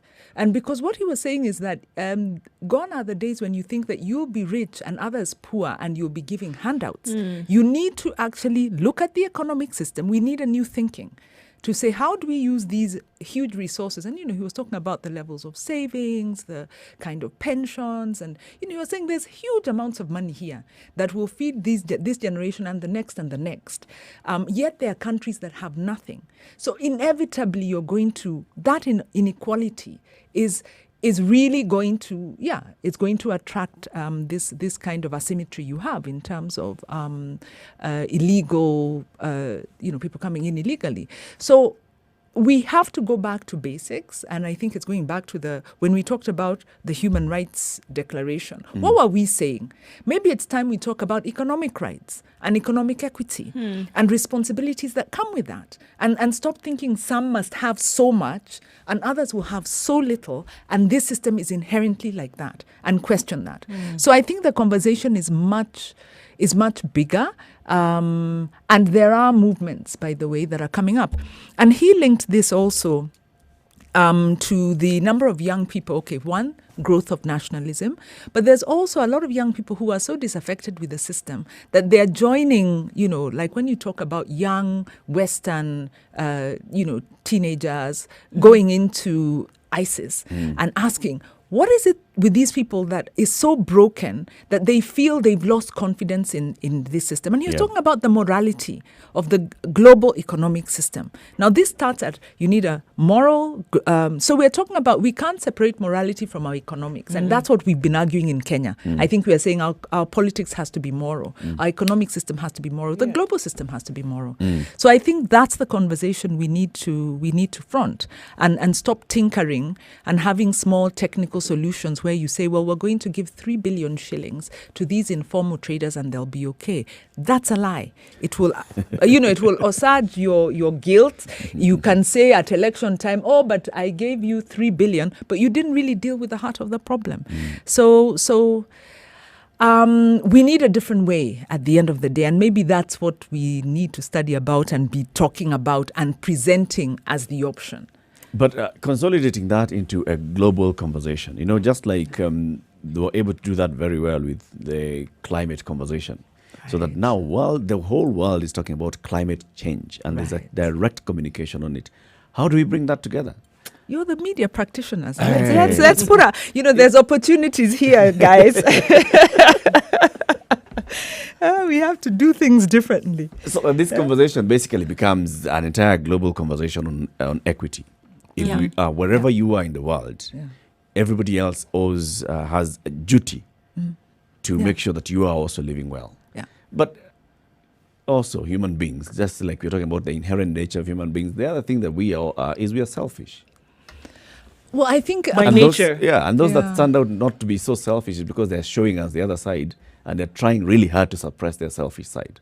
Yeah, that's true. But think about what the human rights, international human rights conventions have managed to achieve and recognize it is doable. What have they achieved? Well, prior to them coming in, and there's a book I was reading, oh gosh, I forget his name, by who was saying that the number of wars have reduced, the number of victims of war have reduced compared to the past.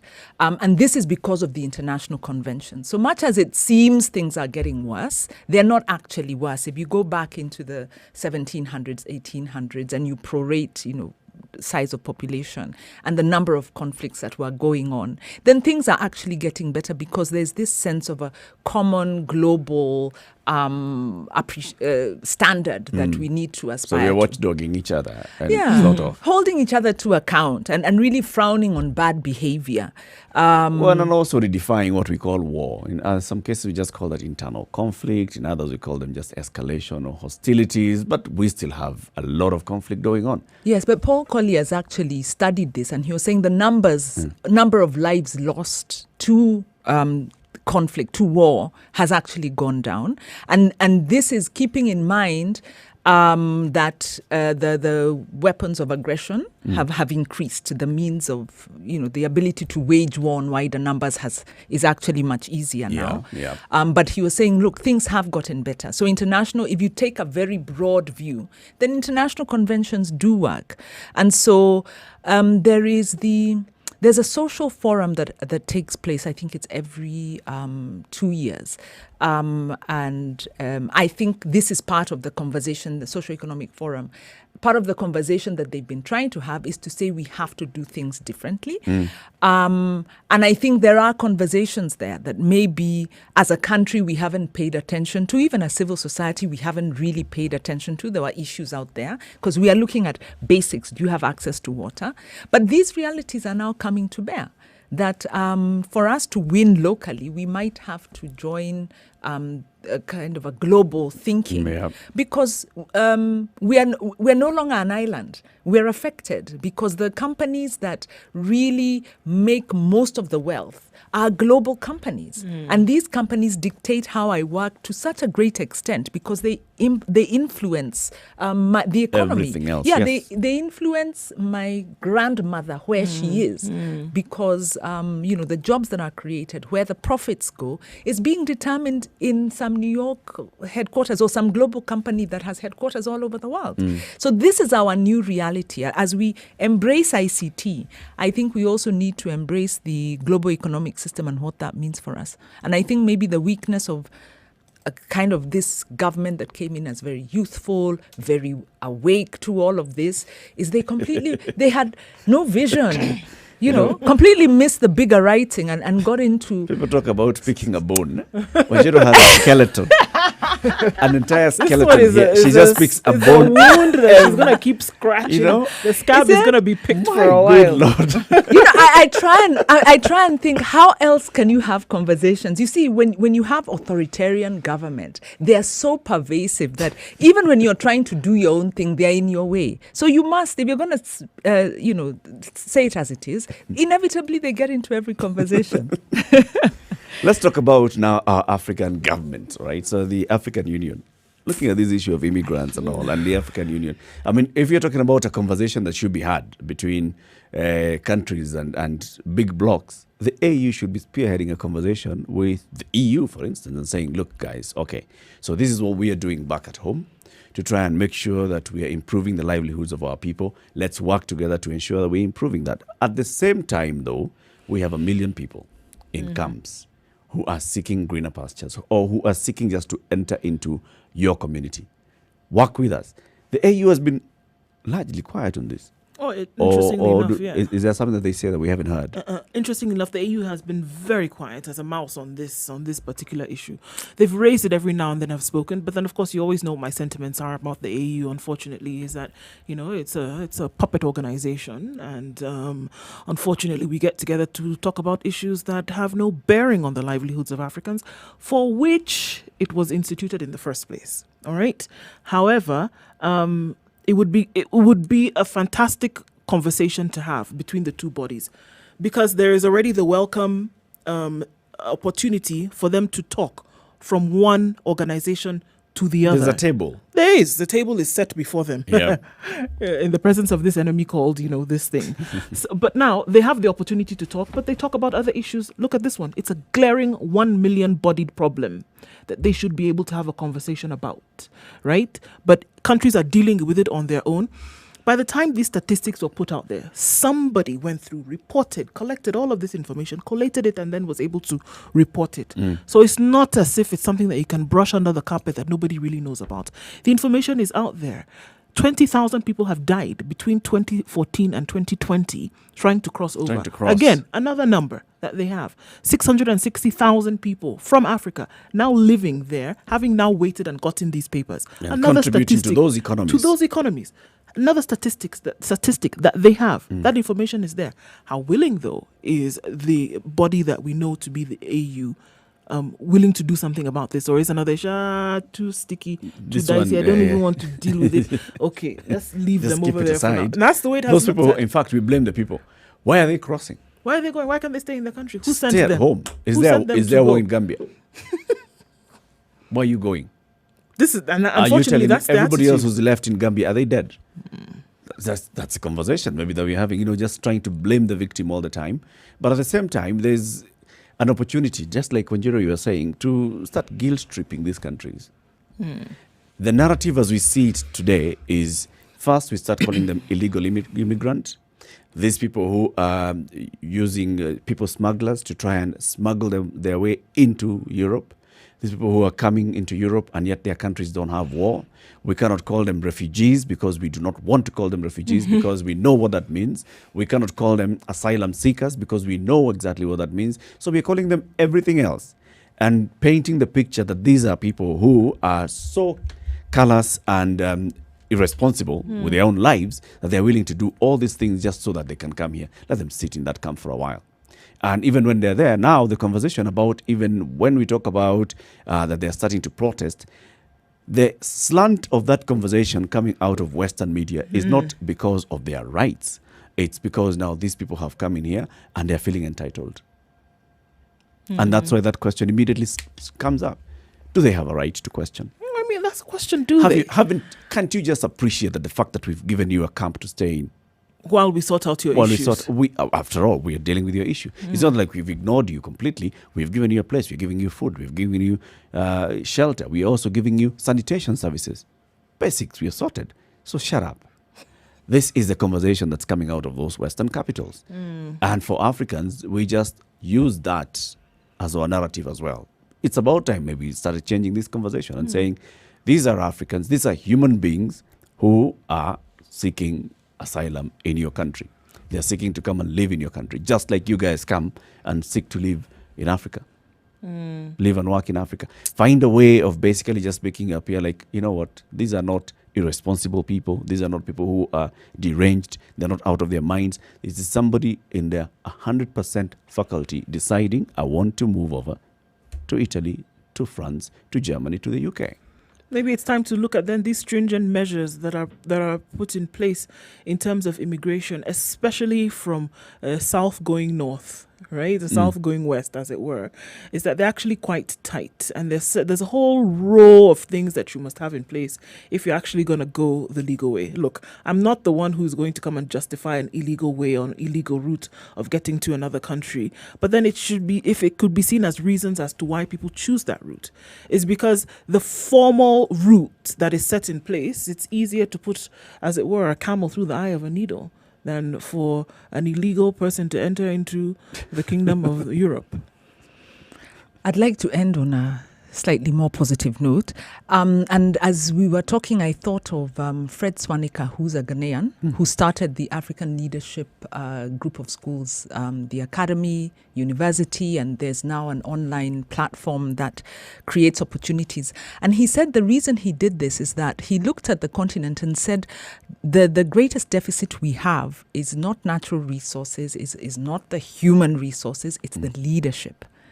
And what we are talking about here is a failure of leadership. The AU is a great idea, but it lacks leadership. It's a sum result of the poor leadership we have at county level, at country level reflected. So what we need to focus on is the solutions. And there are people out there, because he has a dream to educate. I don't know whether the figure is something like 2 million African leaders by a certain date. And there's a whole plan he has. You know, there's 10,000 going into this high school. There's others going into the universities. Now, the point I'm making is he says that one of the biggest impediments we have as a continent is our education system that doesn't train us to solve our problems. And he says we have to recognize that as a country, as a continent, we have intractable social problems, and it's our responsibility to solve them.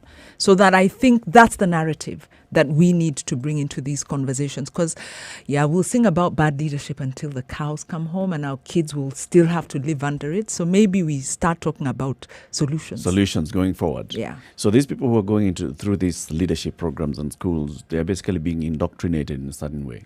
What it is they've changed. What it is they've recognized. And Wandia Njoya has an amazing webinar she's done on this, and she says the education system that we inherited in Kenya and possibly in other parts of Africa was colonial, and it was trained to receive commands and not to think and not to create solutions for the problems we have, and not to challenge authority and not so. We have to go back to basics and say, yes, somewhere it's not our DNA. It's not that we lack the intelligence, but there's something that's not working. And possibly one of the root things is we need a different education system, one that's remote, but also one that teaches us to innovate, socially innovate, and create teaches us a different way. A different way, because this isn't working. We have to acknowledge it's not working. It's not working, and we know it's not working, and we're not happy with it, and we all talk about it, but then we're still here doing the same thing. We don't know then what. Yeah, we don't have a then what, and not we tired. are the then what. Yeah. It's not our leaders. Our political leaders cannot give us a then what. I dare say a lot of people have the then what, but people are not irritated to the point whereby you're asking for something to be done. I'm telling you, once you get to the point, Once you get there, the you will- tilt will come. you'll hop onto a dinghy We've seen it. and try and cross. No, but we've seen it happen in many other countries where people have said, you know what, in whatever sector it is, once you get to the point where we cannot take this anymore, and unfortunately, very many countries have not gotten to the point where they can't take it anymore. I don't People are know. still all right with it. I don't Yep. know. The thinking of Fred Swanika in setting up, this change is he's not seeing a violent revolution. He's seeing a revolution of ideas. yeah. So we had violent revolution to win our independence. Maybe now we need a revolution of ideas. Absolutely. But those things- Revolution, however you look at Yep. it, revolution can only take place when people are Fred Swanika is fed up, he's doing dissatisfied. something. He's doing something. He's doing And something. he's- and he's- until people are dissatisfied with the status He quo, needs a to get revolution more will people not take But like place. him. why are you then? You see, you've removed yourself. Because what his thinking is, it starts with you. Exactly. And So actually, he says, I can speak for so- myself as well. Exactly. Maybe I'm still okay Are with you it. fed So up? that I am getting Clearly to the not to that point. Not, Yeah. And very many people, very many of us are not. And until that happens, until that tilt takes place, revolution will not happen. Revolution has never taken will place not where take place. people are satisfied with the status quo. Impossible. This conversation continues on our social media handles, Spice FM KE on Facebook, YouTube, and Twitter. In the next hour, we'll be speaking to John Munyasi, the MP for Nambale constituency. We want to find out the status of rains and floods and landslides and mudslides in that county as we get to the hour. Today's proverb: wisdom is like a baobab tree. No one individual can embrace it. Wisdom is like a baobab tree. No one individual can embrace it. I don't need to tell you that this is from Ghana. This is from any part of Africa. Just choose a village.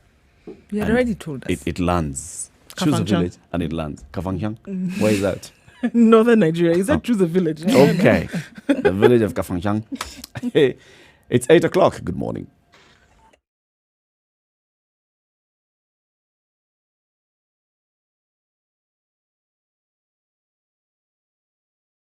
All right, you're going to like this, Eric, but there's heavy traffic at Blue Post towards Muranga. Heavy traffic, literally bumper to bumper. People want to leave the city. Status quo is... People We're are tired. unsatisfied with status quo. People had They're come for the leading holiday. It's the other way around this time. Have restrictions been lifted? No, Am I no. missing something? People had come for Eid. So this is the Now new they're going, the normal. holiday now is they're over. going, People are yeah. going back to work. People are going So back this to is work. So there's traffic. Official Remember, we and always have official. this. The other 2 weeks ago, 3 weeks ago, you were telling us it's about medical workers. Yeah. Many of them who work in Muranga, but they live around Thika. So now you're going to see it on the weekend. Friday, you'll see traffic because we saw it on Friday. Traffic at Blue Post and at Small World. And then, so Aye, aye, Tuesday, aye, aye. the holiday is over. People are going back to work. Blue Post heading towards Muranga. It's crazy. They're bumper to bumper, literally. Inbound, though, on Thika Road, it's not so bad. People are trying to get out of the city, as it were. So there you know that's what's happening there. We still have a little bit of hold up on Mombasa Road. Inbound to the CBD, it's not so bad. So traffic is not so terrible within the city. You can't leave anywhere except for those who actually are leaving. Muthaiga going towards town, it is bumper to bumper. Kenyans are tired and are out and about. All right, we'll look at more of what it looks like in other parts, but for now, that's what it looks like. If you see something else that we should know about, do let us know. Spice FM KE, that's how you can reach us on Twitter. Keep it moving.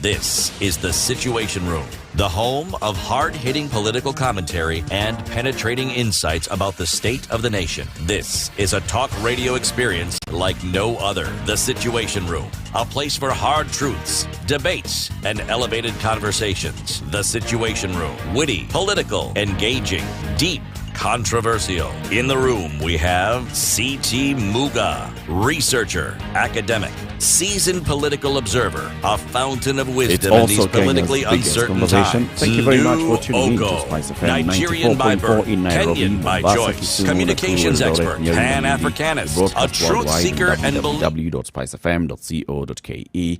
In the room this week is Nyeri, Wajiro Konyo of the Institute for Social Accountability, Nduoko, and Eric Latif. Floods. It's raining. It's raining everywhere, right? So lest we forget, as we're dealing with COVID-19 on this side, there are people who COVID-19 is in the back burner. They're basically looking at survival. Where am I going to spend the night tonight? Where is my family going to be today? What am I going to eat? How am I going to feed my family? Because basically we are living underwater, so to speak.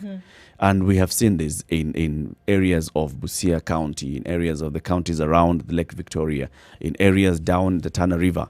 We have seen this, they've been affected heavily. In Tana River, they have been displaced. In the Nyanza region, they've been displaced. In the side of Western, where they're bordering the Nyanza counties, they've also been displaced. We will be speaking shortly to Honorable John Bunyasi. He's the MP for Nambale constituency. Nambale constituency is one of those areas that are basically in floods, okay? So when the president talks about we're going to rehabilitate roads, you're going to rehabilitate bridges, those guys are saying you need not just you have to rehabilitate so much because a lot of our livelihoods have basically been impacted. And we were talking to somebody in what was this area the other day? Oh, Budalangi. In Budalangi, yes. That name had basically just in Budalangi. Yeah. Same problem. Same thing. Perennial. People are being told, let's move, and they're like, so where are we moving to? People who live in plains, City Muga was telling us yesterday, you go to people in Nyando plains and tell them, you know what, move to higher ground. Where is higher ground? This is plains. So where are we going to go? Where It's is high interesting because ground? you noted yesterday that it's not that people do, when we this patronizing thing that comes and says, look, if you don't move, we're going to move you. And it was interesting that you brought up yesterday. It's not that people don't want to move to safer ground. It's that the realization has hit them that if they do move to somewhere else where you would settle them, you're not going to take care of that problem. And I think that now that mind shift has happened where people have said, you know what, this has been our way of life. We expect that when the rain comes for the 6 months in the year in which they will come, we expect this kind of thing to happen. We expect that they'll come and tell us move. They'll put a dike or two that will be stable for a couple of weeks, and then after that it's gone. But they're actually not going to do anything permanent about this problem. And if we move, we're just giving them an excuse not to do anything about it. So you have the resolve, yes, we are suffering, but you have the resolve to say, we're going to stay. And that will force you to fix this problem with some kind of permanency. let's seek the answers from the leadership. Honorable John Bunyasi, good morning. Morning. Yeah, I use Sakwa actually. John is my middle name. But good morning. How are you? Yeah, good morning. So John is your middle name? Yes, Sakwa is my first name. Okay, Sakwa Bunyasi. Good morning, sir. Asante sana for speaking to us. Welcome to the Situation Room. This is Kenya's biggest conversation. Thank you. Thank you. We have seen images, pictures coming from your constituency, Nambale. And in fact, there's a photo here of a road. Someone had posted it and said, this is what used to be a road that led to John Bunyasi's home, the Honorable Bunyasi's home. It connects Busia County to Bungoma County. Yes. This looks like a river, Mheshimiwa. Yes, we have sections that look like small lakes, definitely. And it's all a result of having contractors that are incompetent, being given jobs that they can't do. So we have had this contractor on the road for 5 years now. Finished it in about 2. This is just sort of playing around with it. And once a road is put in contract, you cannot do maintenance because the funds for maintenance are embedded in the contract. I see. So you can only do makeshift little things, but the contractor has to fix it. And the contractor is really one of these bad ones we are seeking to remove. Bonasakwa, just paint us a picture of how Nambale constituency is now in this period of COVID-19 and floods. Well, we in Nambale constituency doesn't have serious problems of flooding, although we get very high water tables after heavy rains, which makes temporary structures like mud houses unstable, as some of them have fallen. And then unfortunately, the mud house structures are mostly with the elderly and the poor. Mm-hmm. So there is a disproportionate impact on the poor when we get heavy rains such as those that we are having. Yeah. Secondly, all our roads are maintained either by the county government or by the national government through a fund, through CARA, Yeah. on the fuel fund, which only do spot maintenance. And so in the heaviest of rains, our roads get impassable. Now they are in very bad situation. We have withheld maintenance because of heavy rain, so that as soon as it slows down, we can get contractors back on the road. Then the road will last another 6 months. If we do it in the heavy rain, we shan't go anywhere. So it's generally very pathetic. And in Nambale, we have two major roads, which were Kenya Road, Kenya National Highways Authority. And the process of getting tarmacking is a lengthy process. We are on the design stage on one of them. So in the future has light at the end of the tunnel, but it's a long, treacherous road. This is a long tunnel. Yes, very long tunnel. The light so far is so dim at the end. So you're telling us there's several organizations that are in charge of the roads. 2 roads by Kenya, many of the roads by the Kenya Rural Roads Authority, and also here being managed by the county government. So this county government of Busia, right? Yes. As you know, the structure of road maintenance in the country is split among these various institutions. There's also funding is one. It's all on fuel levies. Yeah.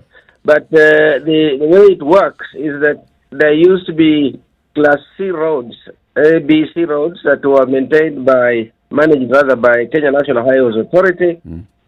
There was some classification that sort of jumbled up everything, then again came back and took back the old roads back to Kenya. Those are the ones we are pushing for tarmacking. And then we have roads that are maintained by Kenya Rural Roads Authority, CARA, which is the majority of roads. Yep. Which does spot improvements on some of the feeder roads. And then the rest of the roads have been left to the county government. There are the classified roads and the Class D roads, and all kinds of roads have been left to the county government.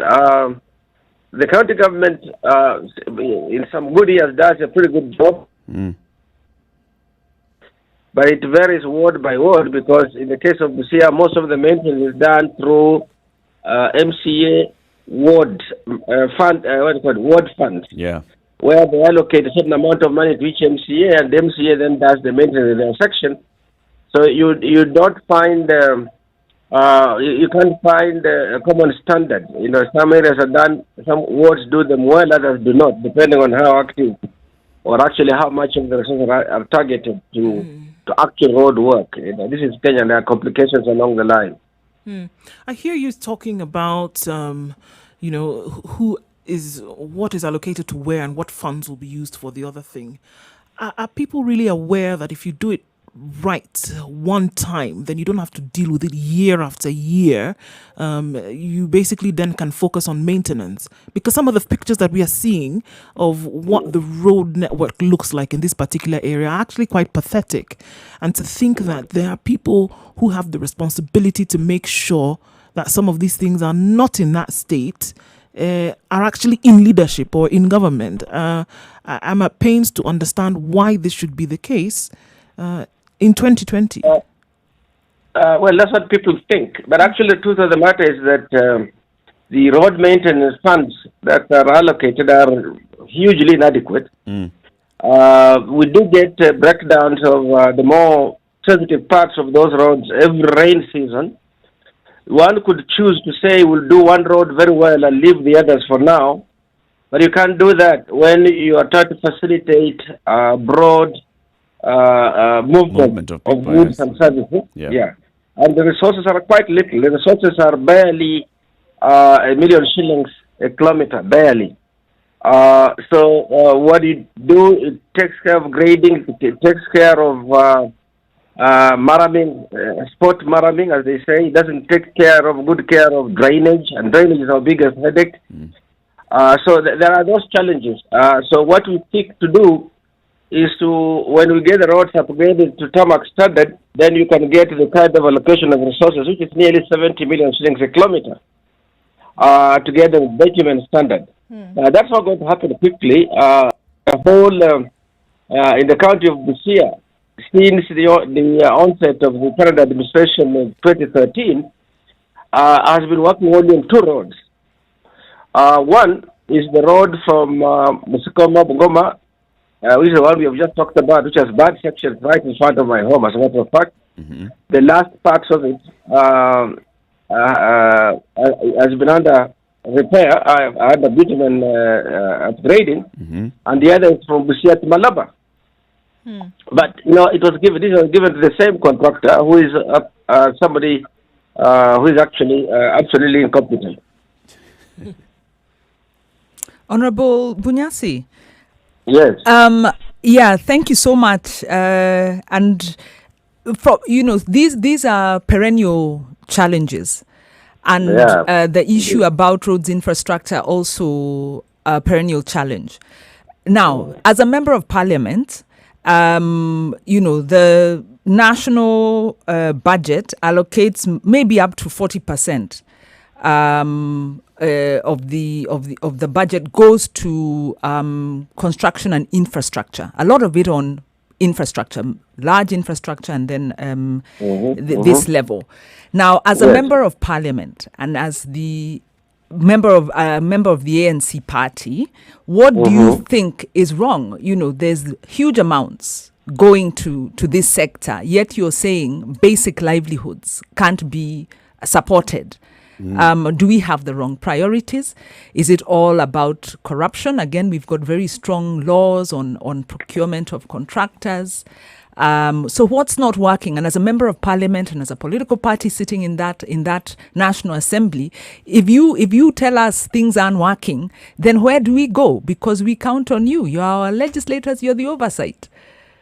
Well, let's talk about it. Agree. The National Assembly or Parliament as a whole doesn't do. It only legislates. And it legislates so that the executive can get these things done. But going back on the basic principle that you have alluded to, we have a huge allocation to infrastructure, but the allocation among the various modes of infrastructure is probably lopsided. And there's also a serious regional imbalance. It's lopsided in the sense that infrastructure, let's talk about road infrastructure, transport infrastructure for now, road rather, not just transport, but road. There are a large number of roads. I don't have the number of roads countrywide that have been launched for tarmacking around the country, where you put up 100 million there, you put up 2 billion there, and you put up a little bit there and so on, but not enough to get the roads done and completed in good time, so that the roads that we had earmarked that would be done aren't done. If this had been done, for example, in the case of my constituency, I have 3 roads that are critical roads to do. This one that passes by my home is in the last phase, the last stages of the tarmacking. A larger part, just 5 kilometers away from my home, has already been tarmacked. And now I have 7 critical kilometers to finish. I live at that tail end. So you get some pictures with a small lake right in that section. Yeah. But we also have got other roads like roads from, I don't know if this will make sense to many people, that interconnecting roads like from Mungati to Mianga. Mianga is in Bumula, Bungoma, to Malakisi, which is still Bungoma, and then enters Teso and goes to Oaxaca. These are roads that are very critical for inter-constituency, inter-sub-county transportation. That is being designed. The design is nearly over. Hopefully it will now enter the budget.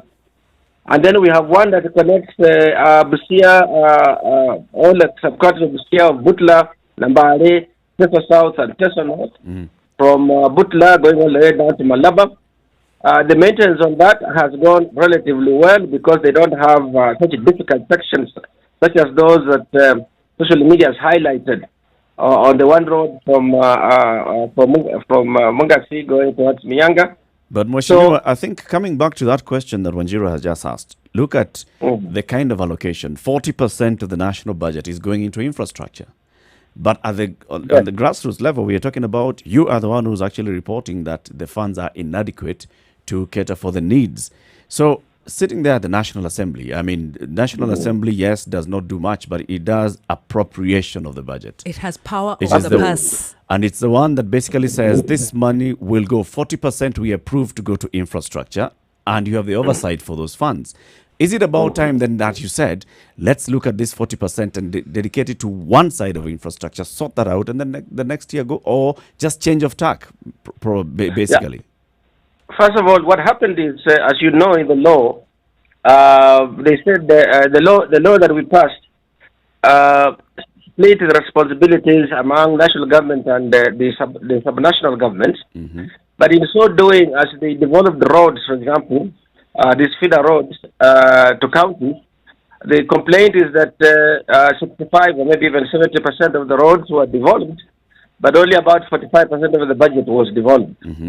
So that there was a disproportionate allocation of shares in aggregate as between national government and the county governments. And these governments work like huge monoliths. It takes a while to get adjustments done, even those budgets. Budgets don't move year to year, because the moment you make a commitment, you are tied in to a process for a while. Yeah. So, but that's also another issue of the Euro political economy, where there's negotiation between subnational government and national government on allocating commensurate resources to the roads that they have been given.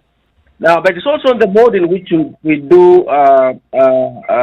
use this fund. For example, the law predominantly requires that this be done through open contracting. So you get contractors who go to get these roads done. Yeah.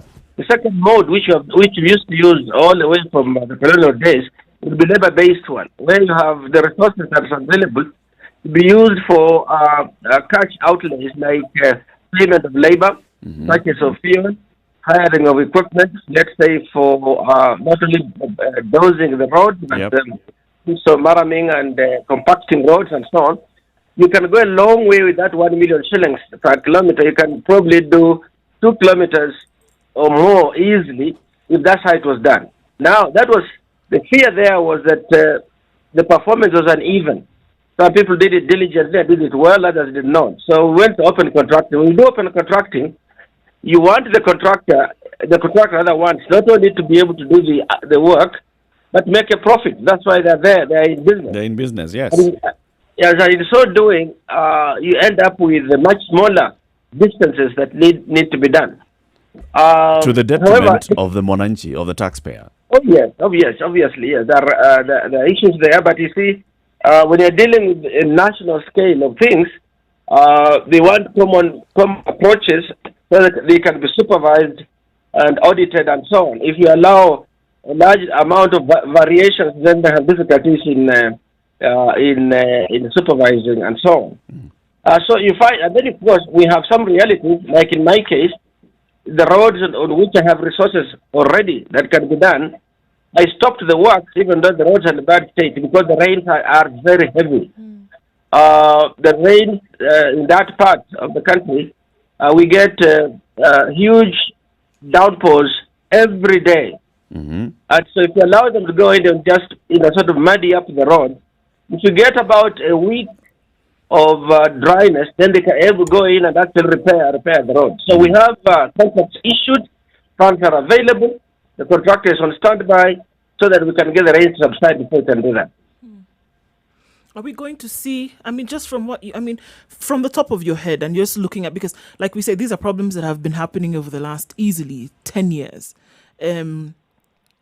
Is there a solution ahead? Because if we look at what the problem is, and however that can be defined by various players in this sector, looking at a solution for the future, is there something ahead that we can be saying, this is what is going to happen? We will not have this problem again. Because as it is, from where we sit right now, we can be assured that in 2021, we will have the same problem again when the rains come back. And Mm-hmm. then Honorable Bunyasi, just as you answer that, can I also ask you? You've alluded to this contractor, irregular contracting. We've got very strong procurement laws. Again, when we look at Parliament as the oversight authority, in terms of prudent utilization of funds and awarding of these contracts, where is the loophole? Because we have the law, Honorable Bunyansi, what's not working? And as you sit in Bunge and you're looking at this contractor down there, what are you feeling that you needed to have done in your capacity as an MP and as the party, as your party sits in Parliament? What is the agenda that they should have been fronting? Okay,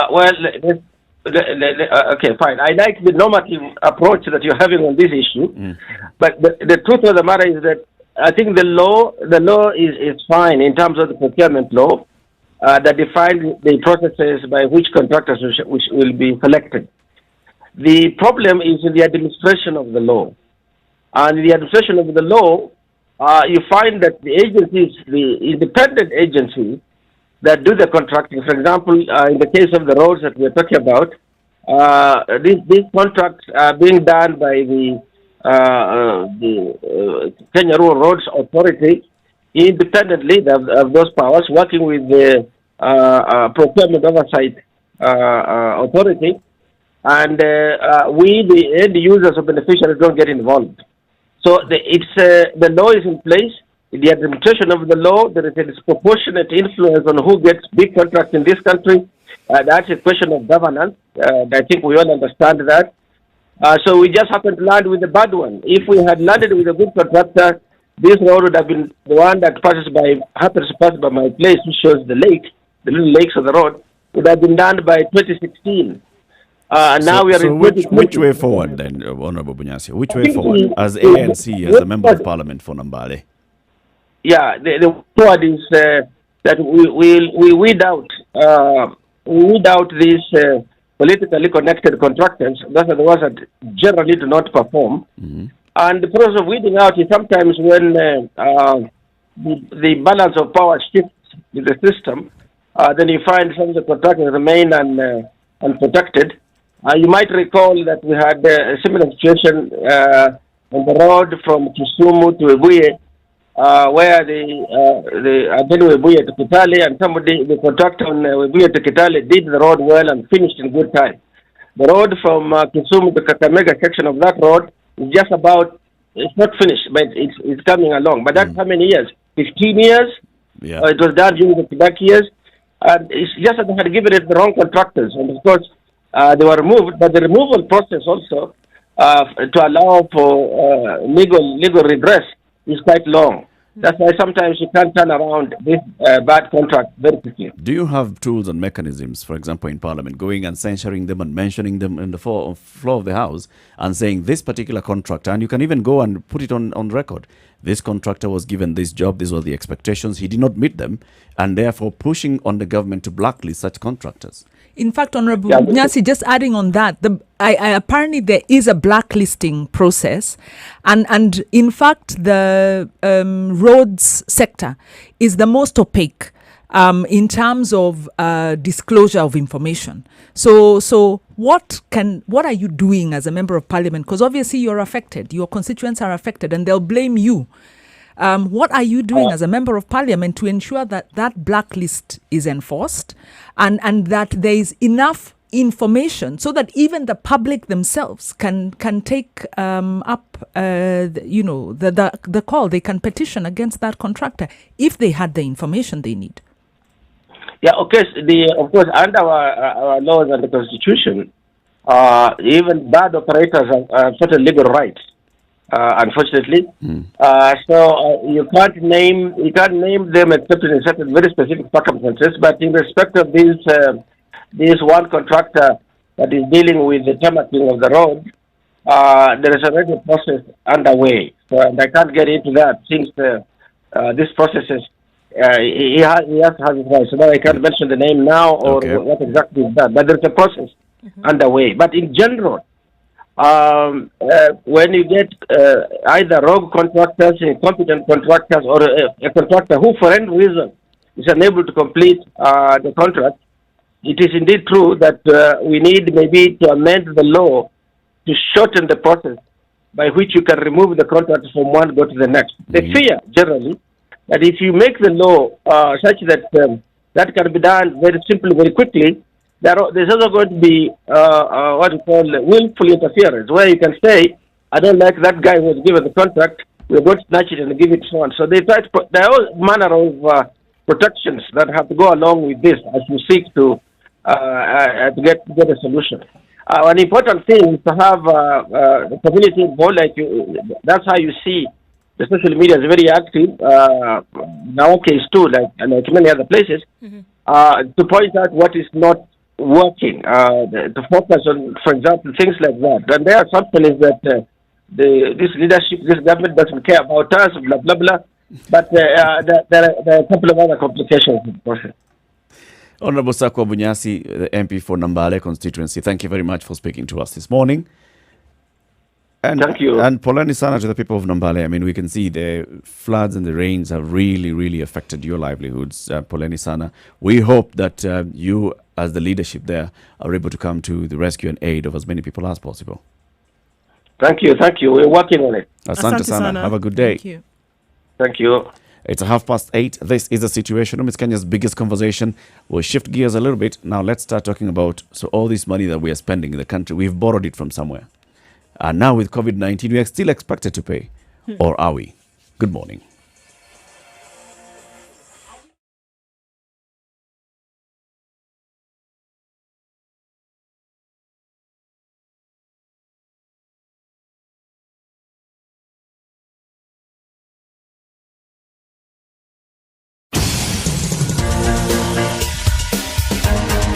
Peeking through the clouds in Nairobi, currently highs of 25 and lows of 16 is what we're going to experience today, currently at 17 degrees. Taking a look then into Nyeri, where showers are coming down as forecasted. At 17 degrees, we'll see highs of 24 and lows of 15. Nakuru this morning, sunny conditions at 16 degrees, highs of 25 and lows of 13. And in Eldoret, we will see sunny conditions at 16 degrees all through today with highs of 23 and lows of 12. Taking a look then into Kisumu, we had sunny conditions earlier at 22 degrees. It's going to be rainy in the afternoon, however, highs of 28 and lows of 19. Taking a look then into Malindi, it's partly cloudy at 26 degrees. Showers will be back later on with highs of 29 and lows of 25. Mombasa was experiencing light showers and still is at this point. It's going to be a rainy and wet day through the whole day, with highs of 28 and lows of 24. We'll take a look then into Kampala, where it's mostly cloudy at 22 degrees. The rain's going to set in early with highs of 27 and lows of 19. And then in Dar es Salaam, where it's mostly cloudy at 26 degrees, thunderstorms expected later with highs of 29 and lows of 23. Johannesburg at 7 degrees is clear skies and mostly sunny conditions throughout the day. Again, it's sunny but chilly, highs of 16 and lows now of -2. And then into Lagos, wrapping it up for now. Clear skies at 25 degrees, mostly sunny conditions through the day and warming up to highs of 33 and lows of 24.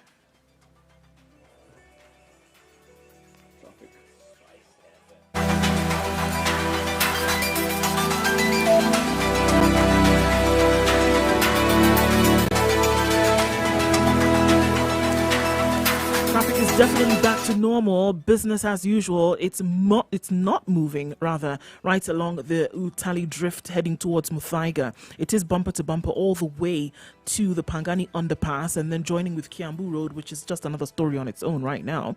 Traffic is crazy, then heading into the CBD and joining the Globe Cinema roundabout, and that's just coming from Thika Road. How about that for a mouthful? All right, coming from Mombasa Road as well, around Cabanas and then leading to the General Motors. That is bumper to bumper as well. Gridlock completely this morning. It'll ease out though past General Motors and it will not be so terrible. The Eastern Bypass, where there was an accident this morning, that's been cleared up. However, we're dealing with the dregs of the traffic. It's going to take us some time before we get out of that. Apart from that, it's not too bad in other parts of the city. Likely to be incoming traffic in the evening as people try to beat the curfew. Let us know what you see. Spice of MKE on Twitter. Keep it moving.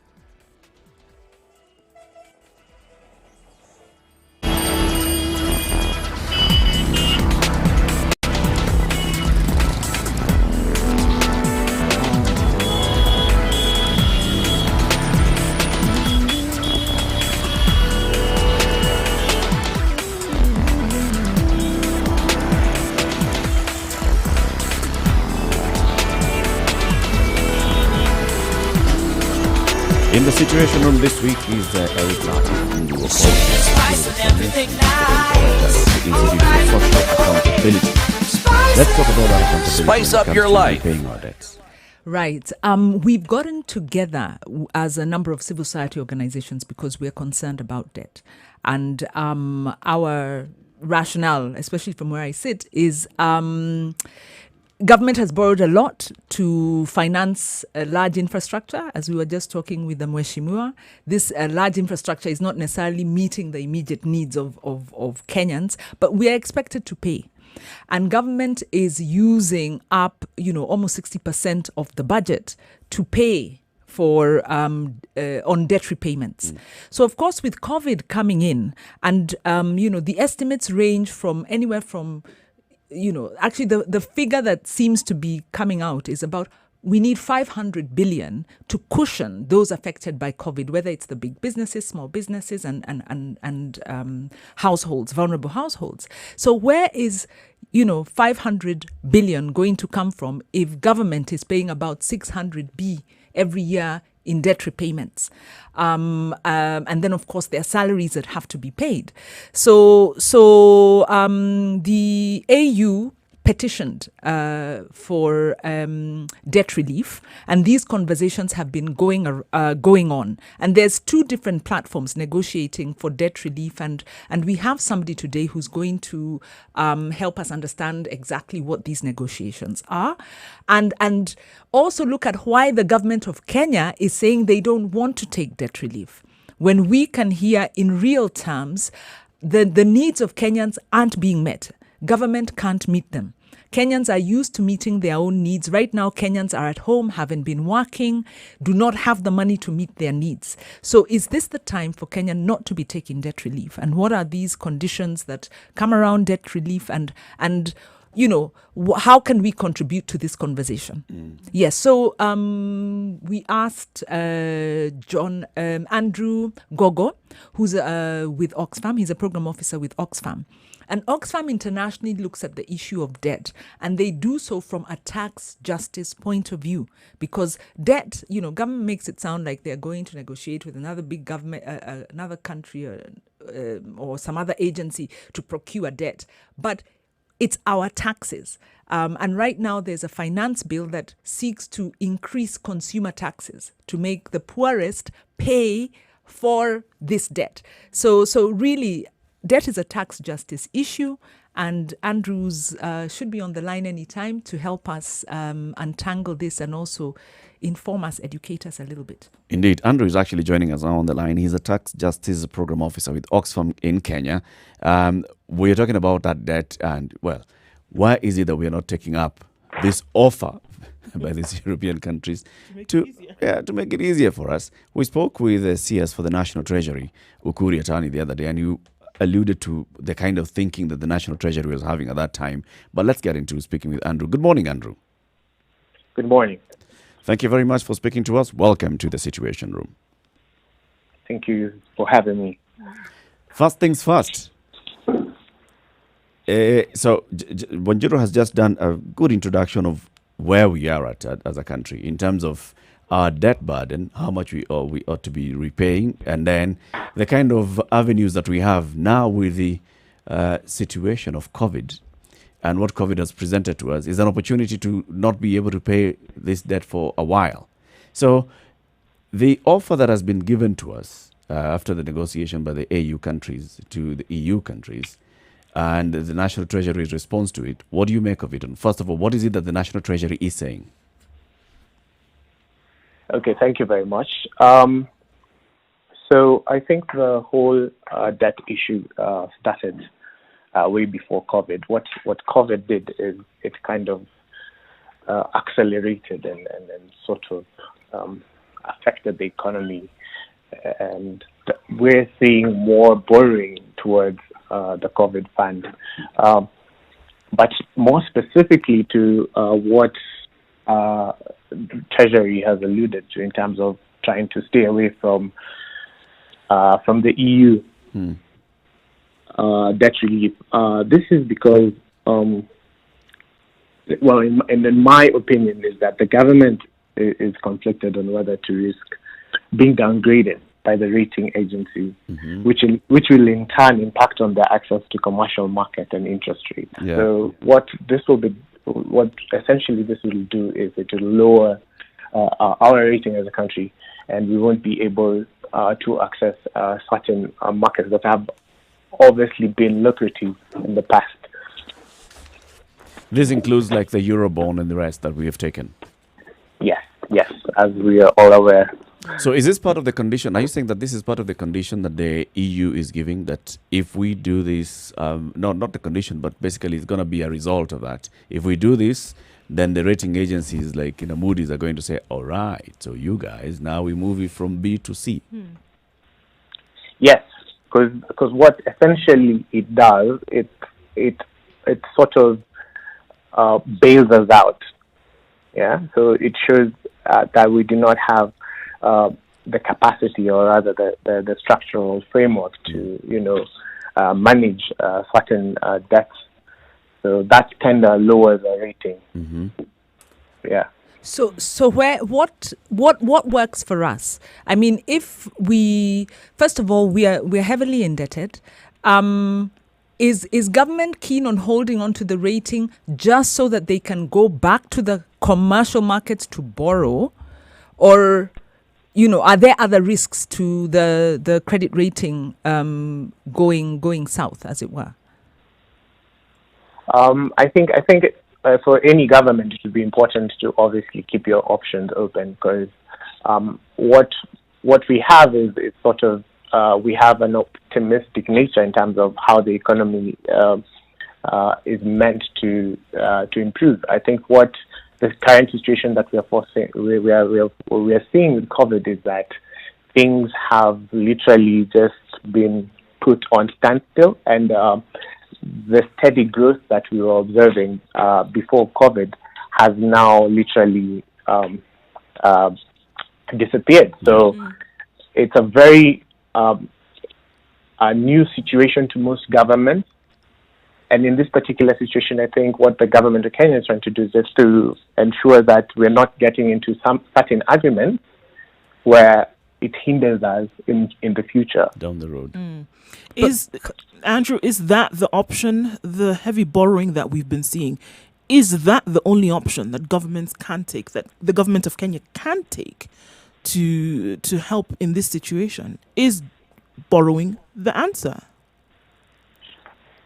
So essentially, and if you look at developed countries, the best way to finance economic development is through domestic resource mobilization. But if you look at the capacity of Kenya and the institutions such as the Kenya Revenue Authority to sort of raise revenues, I think it's now the 5th year that KRA has failed to meet the target. So I think that would be the best option, and that's what developed countries focus on. But then if you look at our capacity, if you look at our revenue streams, we have to borrow to supplement a disjointed budget. Right, because if borrowing is being done for developmental causes, I have no problem with this. But we've seen that money that has come in or has been agreed upon in this last month is to meet a budget deficit for the year that is ending this month. So, I mean, how do we reconcile that? Whereby if we're saying we can borrow and put it into development projects and then move the country a couple of inches forward. But if we're looking at borrowing money to make up for what is essentially a year that is gone, aren't we putting ourselves in deeper problems? So you can look at this in two ways, whereby you're looking at some of the assessment that has been done by the IMF and the World Bank in terms of Kenya's steady economic growth. But then that does not necessarily translate to, improved quality of life, improved public service delivery. And the other way you can look at it is through ensuring that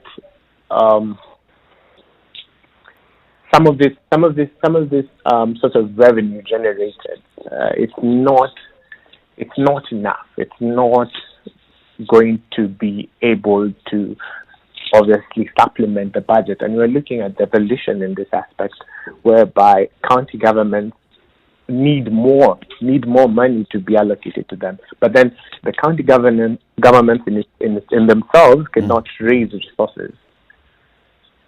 So you look at till that constraint and the need to raise the resources using other means.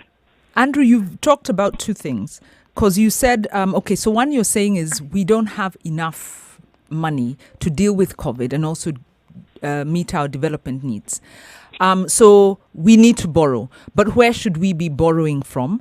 And at this point, should we be concerned about our rating, or can we borrow from, other avenues where we don't have to worry about that rating? Because I understand that the rating has to do with the commercial markets. So what kind of debt should we be looking at? And given the kind of debt we are looking at, can we then afford, do we have an option where we can get the relief and still borrow from sources that aren't then too concerned that we had to take relief? And then the second question is, you talked about the disjointed budget and what are these disjoints? But maybe first you can tell us, is there a way we can borrow? And should we be going for the debt relief? And where can we borrow and take the debt relief? What's the responsible thing to do for the country? So just to address the first question, in terms of borrowing, I think most countries indeed have to borrow. I think a country like Japan, which is relatively one of the first world countries, does have to borrow to ensure that they're able to gain maximum economic benefits. But then a country such as Kenya, which is developing, we do not have that kind of leverage. If you look at our GDP, if you look at our economic growth, it's not as high. If you look at our productivity locally, we do not have the same sort of productivity that a country like Japan enjoys. So, and if you look at it in Kenya's perspective, I think some of the decisions we've made have not generally paid off, and that's focusing on infrastructure-led development. And we really banked on that working out, and obviously at the time when we were negotiating for some of these debts, then we thought we were at a very comfortable position to have them repaid in a couple of years through obviously the infrastructure-led growth. But then that seems to not have paid off completely. And if you look at our debt payment, it's 60% of our budget, and that's not really a convenient situation to be in. So if you look at maybe the 40% that's remaining, is normally going towards recurrent expenditure. So there's very little that is left that goes to public spending, such as in the essential services like the health sector, as well as education and sanitation. Andrew, our country has gradually gone towards a mix that is slanting more towards commercial debt. It's expensive commercial debt, and our concessional debt is basically just reducing. In this situation where we are, is it possible for us to negotiate with our commercial lenders? So what obviously economists try to advise countries is that we should probably avoid commercial debt, because the problem with commercial debt is that they're normally short term, and the interest rates are quite high. So you find that countries would rather explore other avenues like multilateral debt from some of these international financial institutions such as the World Bank and the IMF, rather than go for the commercial debt, which then increases the burden on the taxpayer. Does our credit rating matter to the IMF and to the World Bank? It actually does. So, I think around 2018, the World Bank had Kenya as medium distress levels in terms of debt repayment. But then it's a bit confusing sometimes, considering Kenya normally is in the bad books, then it's in the good books of some of these international financial institutions, whereby you find that there was a long point, where we were not able to access some of these multilateral loans from some of this from the IMF. But then most recently we were able to access, and now you can see there's a lot of debt that is streaming in, and we could actually allude to the fact that COVID is what has made us have the need to borrow. But then this process was already ongoing prior to obviously the COVID pandemic. So it's something that we were already on that path in terms of negotiating for these loans, and it was already unsustainable to some point, whereby you're looking at the economic growth, but it's not really painting the real picture in terms of improvement of livelihoods and standard of living. Are you telling us we need to go for debt relief, or that if we go for debt relief, then we won't be able to get other debt? Commercial debt. No, we are saying we don't want commercial debt, but then Andrew's also telling us that IMF, World Bank, if we go for the debt relief, they'll look at our rating, we won't get it. So are we in a catch-22? Or should we get the relief and then negotiate with IMF? And cross the bridges after. As it comes, as we normally do. You said we can enter the house through the window. Yeah. The roof. It's on So fire. I think So we enter. it's always good to keep your options open, and I think we can, as long as we're able to show that we are able to sustainably repay debt.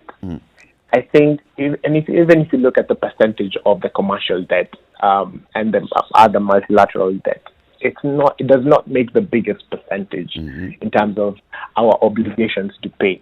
If you look at our bilateral debt owed to other countries, for example, such as China, that makes almost 70% of what we owe. So the question here is not if we are able to access whatever kind of debt. The question is, how are we able to responsibly pay this debt without having it affect the taxpayer and in some very adverse ways. Good thing that you've brought in the taxpayer here. You're a tax justice program officer with Oxfam in Kenya. Where does the taxpayer come in all these conversations? Even now that we're talking about debt relief and negotiations and all, where does the taxpayer come in? Well, apart from paying the tax so that we pay the debt. I know this is a very important question. I mean, people always think I work for KRA when I talk about being part of tax justice. So they wonder where our tax is going. But just sort of in a nutshell, I mean, it's if you look at how KRA raises revenue, it's from salary. Salaried individual pays you on, and I know you guys have a thing or two to say about that. Yeah. And it's also from obviously companies from the corporate income tax. Yeah. So if you look at other revenues, for example, like property tax, that does not necessarily bring in a lot of the bucks that KRA has. So we're looking at either taxpayers and obviously business licenses and businesses. So in an ideal society, you would then have those people who are able to pay tax, pay a huge a proportion of it. Yeah. And that's what we call, progressivity of tax policies, whereby you ensure that vulnerable people and then poor and the poor do not bear the burden of tax of the tax payment. Just call it what it is. So- Tax the rich. Yes. So that's what we try to advocate for.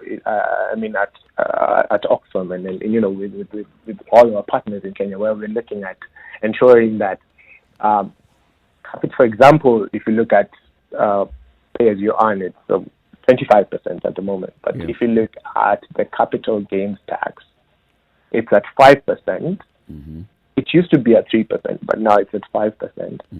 And if you look at in terms of who owns property, it has to be people who, if you're going to transfer property, you might as well, be in a position to maybe, be able to afford a meal or, be able to, take care of your family and stuff like that. So, we're just looking at some of the disparities. And also, if you look at the situation at the moment, whereby we're seeing that the corporate income tax has also been reduced to sort of, help cushion some of these companies from the COVID disaster. So the problem is that what about the informal sector, where majority of the workforce is, and the majority of Kenyans sort of get their daily bread. If these huge companies who probably are able have emergency funds to cushion in such times, like, The are we informal thinking sector about is- the informal sector? So the informal sector is not able to negotiate for themselves, and when Is the informal sector paying tax anyway? And that's a good question, because that also falls under the capacity of KRA to raise taxes, because you find that there's a lot of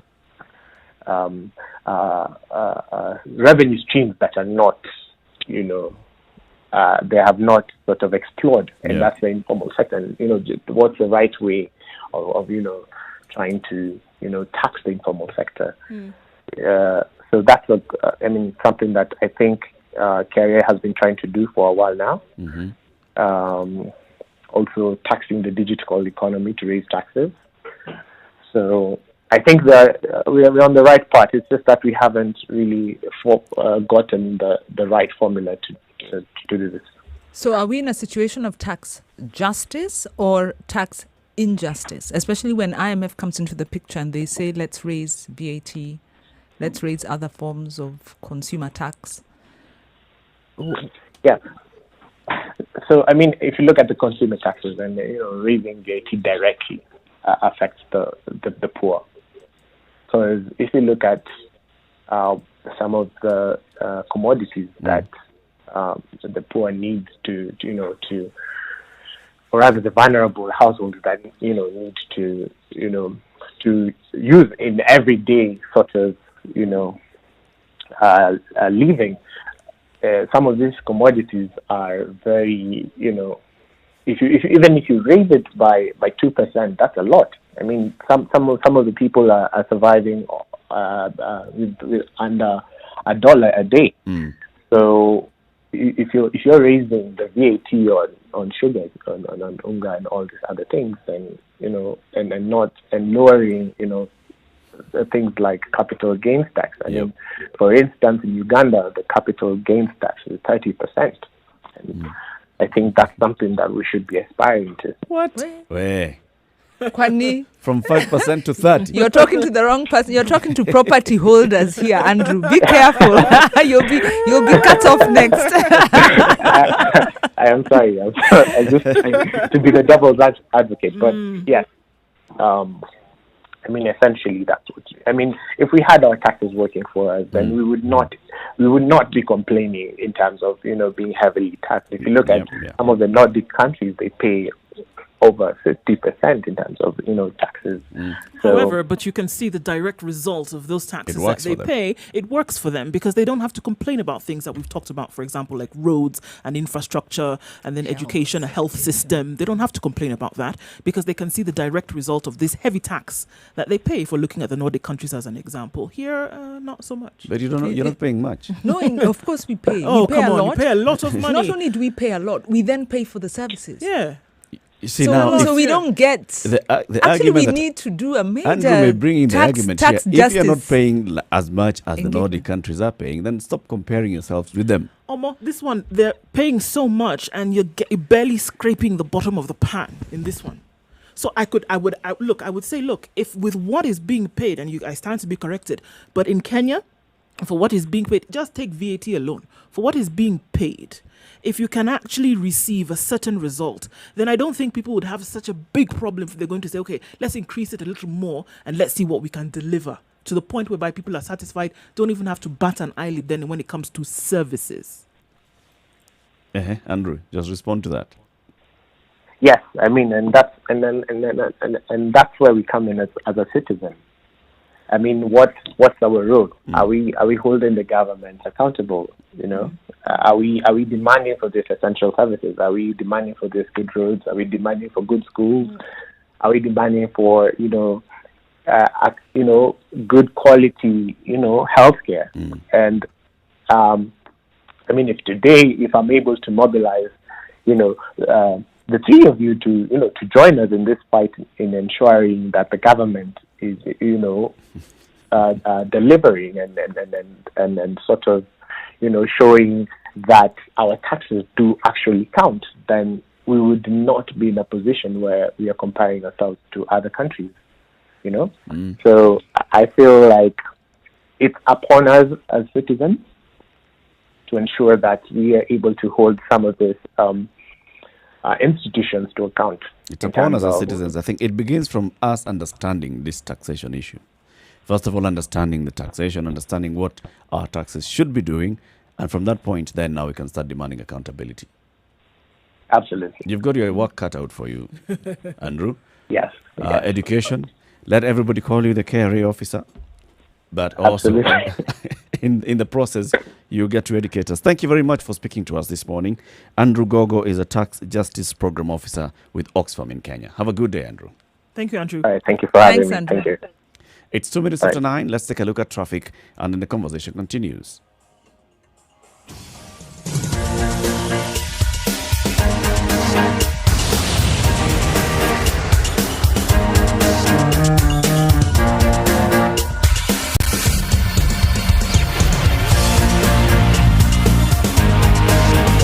So Thika Road in and outbound today is looking a crazy mess, and quite a number of the vehicles that are entering into Thika town concerning this traffic coming from Nairobi is personal vehicles. So of course the question of essential services is being raised there. So quite a lot of traffic getting into Thika town today and moving very, very slowly. On the other side of the pond, on Mombasa Road, for example, it's really slow between Cabanas and General Motors, and the turnoff to, before that, the turnoff to the airport, JKIA. But apparently after the General Motors is not so bad. Then on Jogo Road, guys, it's a little bit crazy right around Hamza, getting then towards the City Stadium roundabout, but then after that into the CBD you'll be fine. Those are the three spots that we see in the city. Apart from that, it looks good. Spice of MKE, in case you see something that we should know about, reach us on Twitter.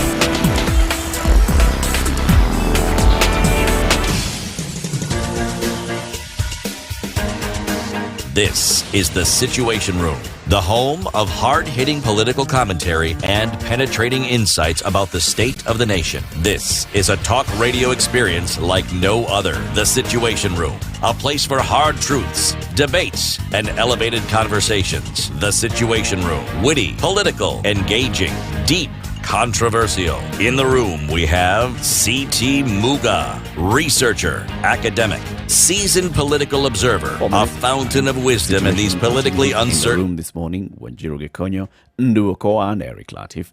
So Andrew has basically just told us, look, the government is in a catch-22. You accept this debt relief, and he actually used the word there, bailout at some point. Accept this, and the risk, the inherent risk is the rating agencies, the rating companies downgrade you. Once you're downgraded, everybody else starts looking at you from a risky point of view. The other one is the conditionalities that will come with this bailout. There are very many things that these EU companies are going to tell us to do. Then, on the other hand, if you don't take this, and then what? So, really, He didn't give us a decisive answer. You've got to think. Basically, what you're saying is, as Treasury, you've got to look ahead. You've got to keep your options open. I think he was basically saying it's okay for the National Treasury not to go that route. I think that's what he was saying. Because when you but go he didn't that say route, you've got to keep your options open. He That kept was his answer. options, and he kept his options to his answer open as well. As well. Interpret it this way or the other way. Yeah. Basically, what I'm saying is the government has got to keep its options open. You go this route, you tie yourself down, and then now you have lost your room to maneuver. Yeah, but I think there's still questions about, I think you raised the question about where the citizens. Because when government is exercising its space to maneuver, for whom is it borrowing and who is benefiting from these proceeds? Because we can see we are paying. We are sure we are paying. We are sure of that. But we are not sure where the proceeds are going. Let me tell you, when the We decisions know are there's a being loan made, that has been taken. Yeah, when the decisions We know are- that we are repaying that loan. Yes. We know it. 60% of our revenue is going towards paying someone. It And would- we it feel would the be- pain. It would For be what? foolery to think that when these decisions are being made, that the population is being taken as a priority in this decision. Yes. If you think that, it's Yes. absolutely going in the wrong direction. It should be. I didn't know you've become such a cynic.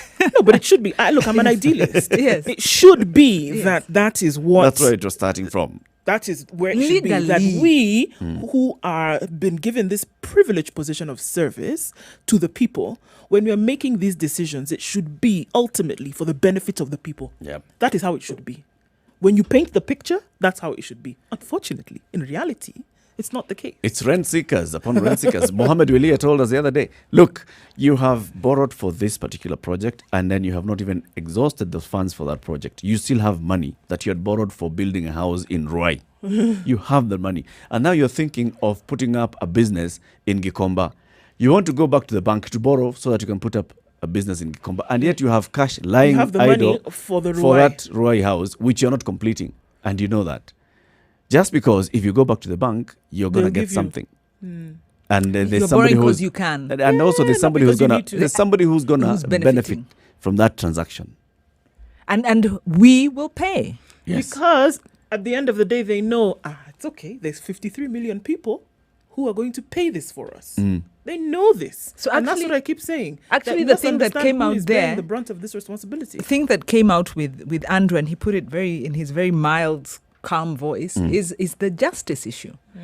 So actually, this is a economic crime. Wow. No. One Can you zero. hear? No, tax This justice. bone. I'm telling you. No, this is I how it agree goes. with you, skeleton. Not skeleton. Sovereignty of the people. Yep. True. Responsibility of government. Article 10, national values. Yep. 201, transparency, accountability, participation. So it also applies to debt procurement. It also applies to how my resources are used. Yeah. So I think as Kenyans, what we haven't yet, the equation we haven't made is, or that doesn't add up for us, is that government taxes us and we know we have to pay. And people evade and do all kinds of things. But at the end of the day, majority will pay. After we pay, we then go and pay for health. We then go pay for our kids, because especially like in the health sector, they say Kenyans pay up to 30% of all health disbursements come directly from Kenyans. After you've been heavily taxed, and then another like maybe 40% comes from faith-based organizations, not government. So government is taxing us and is not putting money into our services. We still pay. So this is the big con. It's not this tanga eleweke that you're going to discuss, BBI. No. The scam, the economic crime against the people of Kenya is, where is our money going? We are raising revenues. We are giving the revenue to the government, and we are also living our lives and financing our lives. And then we elect the leaders again into office. And keep quiet. And they give us a bit of, some cash. There's a trickle down of some cash, coming down to us. That's not cash. This is a perimendes. It's like... Rawa. Yeah. Sorry. In Tanzania, they call it PP. Yes. Sweets, right? Yeah. So this is what's basically coming down to us. Sometimes it's 200 shillings, 500 shillings, 1,000 shillings. Once in 5 years. Okay. But people like it now. Of course. Yes, no. You like it. No. Of course they do. No. We are conditioned. Even conditioning at some point. But maybe we at just... some point. If you look at the ultimate conditioning and look at the sports world, the ultimate conditioning, your body is conditioned to a point, right? Every day, it goes. In the act of performance, we've seen it many times. In the act of performance, a muscle will snap, right? It doesn't mean that the conditioning was not taking place. It just means that something went wrong and the body could not take it anymore. Snaps, it will not perform. And then you must now take it back to the place where it performs at optimal level. Until something snaps, the body is okay with the conditioning. I like it. Let's Until just carry the very on. end. You've used the worst example because sports conditioning is a good thing. It's not a bad thing. But you see, in this case, people think it's a good thing. The conditioning you talked about, conditioning does that. That's what conditioning does. Conditioning Makes fools like you it's a into good thinking thing. that it's a good thing. In fact, You may not call it's it a that. psychological condition. Absolutely. You may not You're think it's a good thing, stretched but and stretched. the way you look at it, you're conditioned to think it's we're okay. Just like Actually, you've just said it now. He's giving you sweet. Ask a child, is a sweet not a good thing? It's a good thing. He give you 500, you forget about it. In your mind, you think it's a good thing. Yeah. Until something snaps is when you will start thinking this thing actually is not your teeth good. start This falling learned off. helplessness. Yeah, the Stockholm syndrome, where you are abused and your violator is also your redeemer. You have a syndrome. And you must justify that violator and the things they do. Like when they fight and they forget to look at flooding and forget to look at COVID, you will still root for your guy. Let me bring because in a we guest. are conditioned. We're now joined by another guest in the show, and this is the Senate Majority Whip, Senator Kangata of Murang'a County. Good morning, Senator.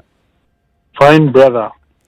Welcome to the Situation Room, and thank you very much for joining us today. Thank you. So before we go into what's happening in the Senate, you don't have a deputy speaker now. You're working on getting a new deputy speaker.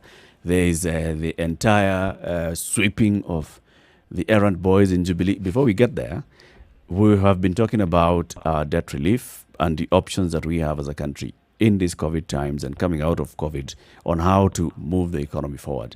Just as from your point, from where you sit as a leader, the government has been given this option to take up this debt relief from the EU countries. The National Treasury is looking at it and thinking, we've got to weigh our options. What do you think is the best way forward? Well, of course, for me, it depends on county by county. Some counties can be able to take up that offer. Other counties cannot be able to take that offer, depending on their fiscal position. Mm-hmm. Yes. Should it not be unified? I don't think so. Remember, there is major differences in terms of population per county, in terms of resources which are being sent from the national government or even owned resource being generated in each county. All those differences make it impossible for us to have one unified approach. Senator, Yes. yes, so the question we were asking is about the national government vis-a-vis the national debt. And we were asking, should national government take up the debt relief offer And we were being told that if it takes up the debt relief offer, then our international credit rating might go down. And so we are saying, but if we don't take up debt relief, then it means we have to tax Kenyans more. So, and government needs to pay for COVID, doesn't have money for COVID to cushion those who have been affected. So what's the way forward? For me, both sides of the coin have positives and disadvantages. Let's start with the positive of taking up that offer. Of course, we shall reduce the amount of money we are spending towards payment of international lenders, whether bilateral or multilateral. Remember that we pay every month a lot of money, and as per the Constitution, that money is usually the first charge out of our consolidated fund. Yep. And therefore, it makes sense for us to take up that offer. But on the other hand, if we take up that offer, then our credit rating will go down. When we go to seek money at the international market, we shall be charged more expensively as a country. And you may find some lenders refusing going forward to lend money to us because our credit rating has gone down as per the rating agencies like Standard & Poor, Moody, all those other ratings. Well, in my view, if I was the Minister for Treasury, in charge of Treasury, I may be minded to take up that offer. Reason being, we shall only lose our credit rating from what we call commercial lenders. Meaning, if we are going, let's say, to take a euro bond, it's where we may find problems. But generally, I doubt as to whether we usually go to the bond market or to the international private equity market, and therefore they are not our major lenders. So therefore, even if you were to lose in terms of the credit rating, it will not be significant. We don't need them per se. And therefore, weighing the benefits and demerits of taking the offer, I'll be minded to take up the offer. Because the people who lend to us mainly tend to be IMF, World Bank, other countries, and therefore then they are not really impacted by our credit rating. But the person that we owe the most, China, we are not having a negotiation with them. Exactly. See, when you look at the money that we owe China, it is usually in two ways. One, the government itself of China, it's banks, which banks tend to be government owned, Exim Bank and whatever. So therefore, yes, I agree. We need to go and talk with China so that we also agree to a debt relief. But my view is, China will not be impacted by a negative credit rating. Our relationship with them. So even if we were to be downgraded, we can still go and take money from China. So for me, I think the impact of a negative rating will be minimal vis-a-vis the benefit that we may derive if we decide to take up the offer for debt relief. Yeah, one last question on the debt issue, Senator, is the issue of what priorities? Because obviously at this point, government needs, considerable resources to cushion businesses, vulnerable households, health, prop up the healthcare system. What needs to be cut back? What becomes non-essential? And especially looking at ongoing projects, where do we then cut? Because we can't say we'll borrow or go for debt relief and then we continue doing business as usual. And yet we haven't had any discussion about what is non-essential. In your view, what needs to come out very clearly as non-essential? What are we going to say, okay, as Kenyans, this one now we put on hold so that we can focus on the emergency? No more chapati.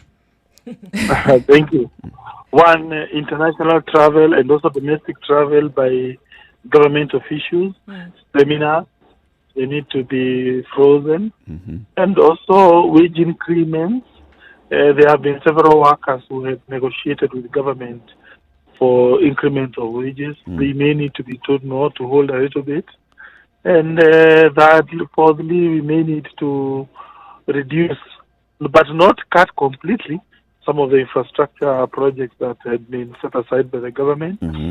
Also, possibly, maybe our security budget can be minimized, even if, of course, not completely taken away.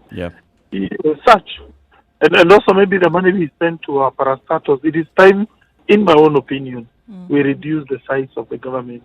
There are too many state entities, state parastatals, which some of them do superfluous work. It is time we do away with them, we save on the money we send to them.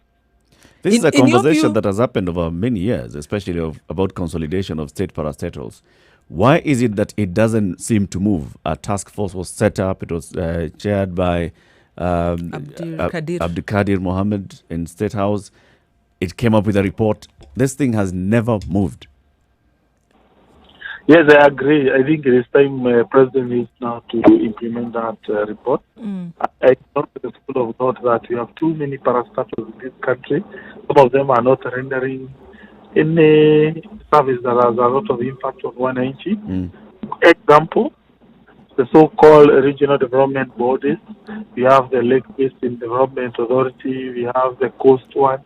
All those bodies should be wound up, in my own opinion, because we have now counties which are the center of development at that level. So we don't need those regional development bodies. And do you think counties need... like, I know there's a stimulus, I think, of some 5 billion that was shared between a few counties to respond to COVID. But in terms of dealing with, like maybe health and other core issues, gaps in county service delivery, do you think that there's a need to increase the shareable revenue going to counties? Yes, no. Let me start with the no. Of course, with the problem of COVID-19, the national government doesn't have a lot of money to send to the county. So therefore, the idea of increasing the shareable revenue that should be sent to the county is a little bit problematic within the set of circumstances prevailing now. But yes, to the extent that currently the problems that have arisen out of this pandemic, they relate to devolved function. Example, health is a devolved function. So we need to send, but on the other hand, we must also appreciate that the national government doesn't have a lot of resources now. Senator, let's now come into politics. First of all, congratulations on your new position as the Senate Majority Whip.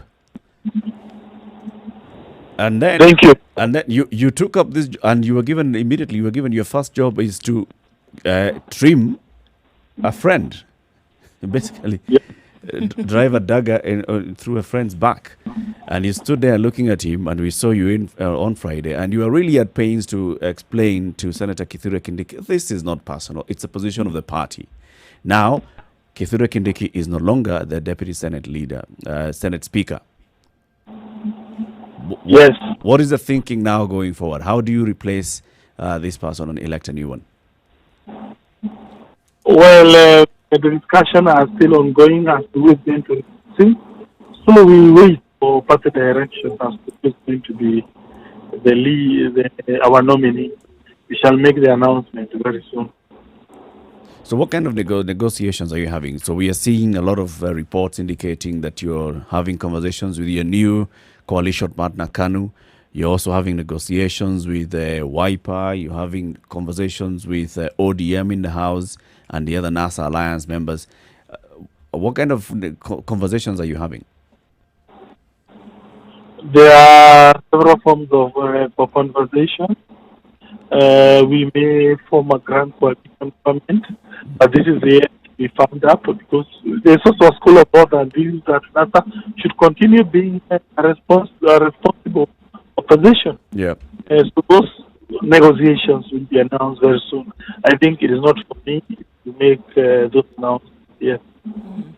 So with all of this change that we saw, everybody was on a buzz for such a long time, Senator, or a short time, it seemed like a long time. What changes now are we going to see?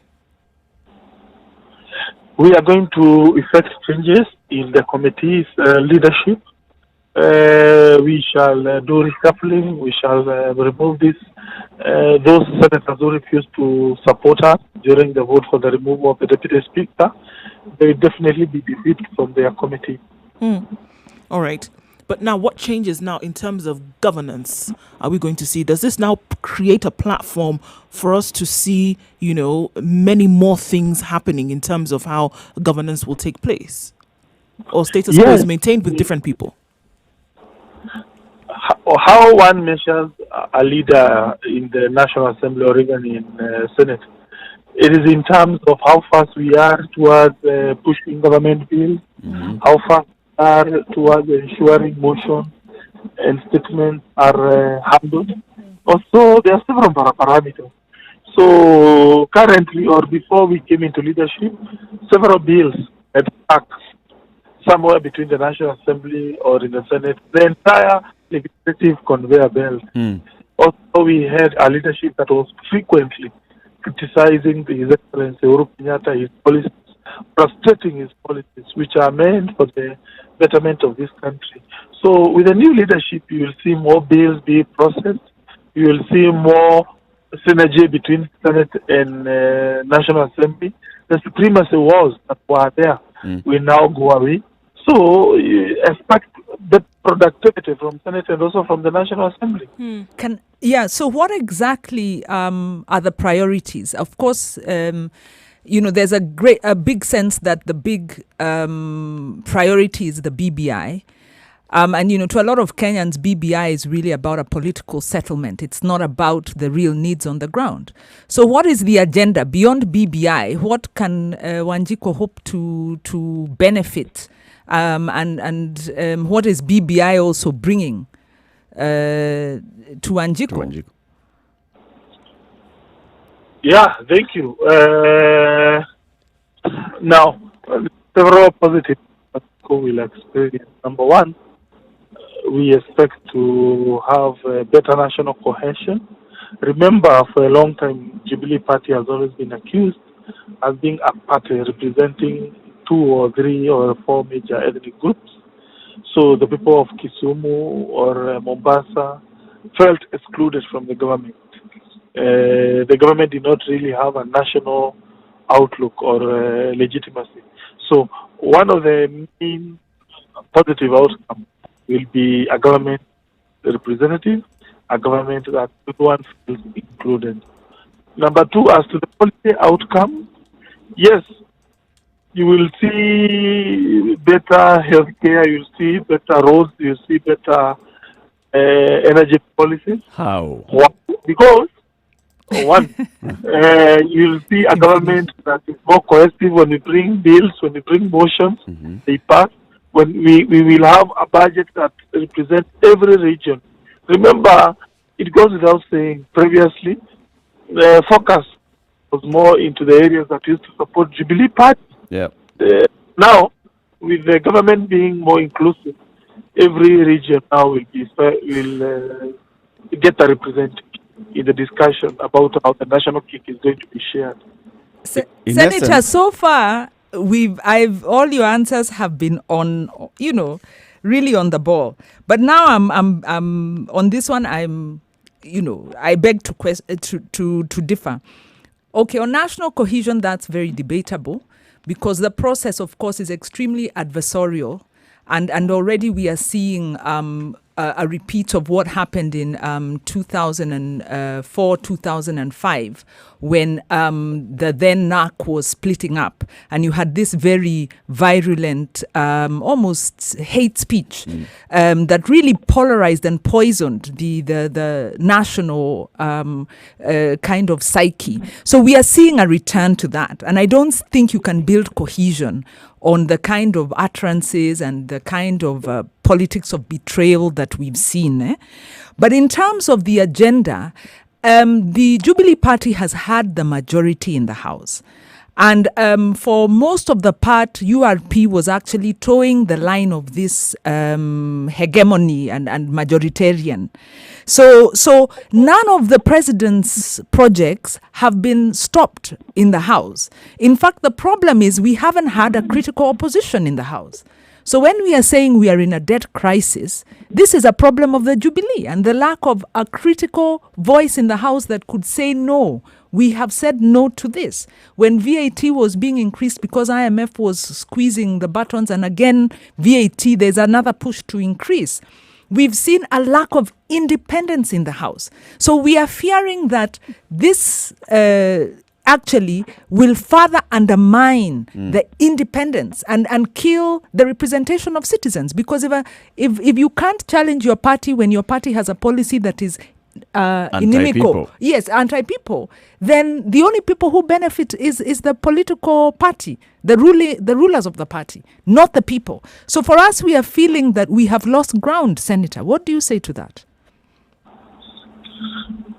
I disagree with all due respect. Yes, you are raising very pertinent issue, the importance of what we call separation of powers, the importance of independent oversight institutions functioning well, like Parliament.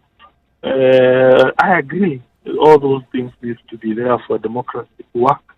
But on the other hand, I think we also need what we call cohesive political parties.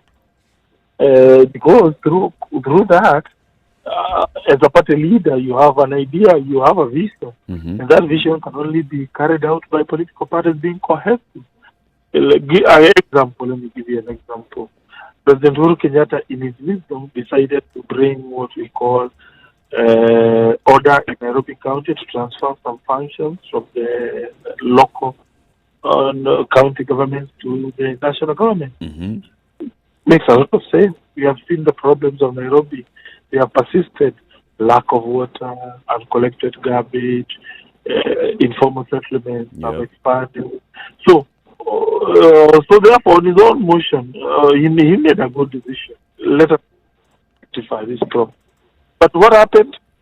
Jubilee leaders started to criticize those ideas. Yep. To undermine those ideas. Yep. Now, you may argue that is positive, it is part of democracy, but it is not. It is Nairobians going to suffer if we don't transfer functions to the national government. So therefore, whereas it is important we allow freedom of expression, we allow Parliament to continue having a stronger hand in oversight of public policy.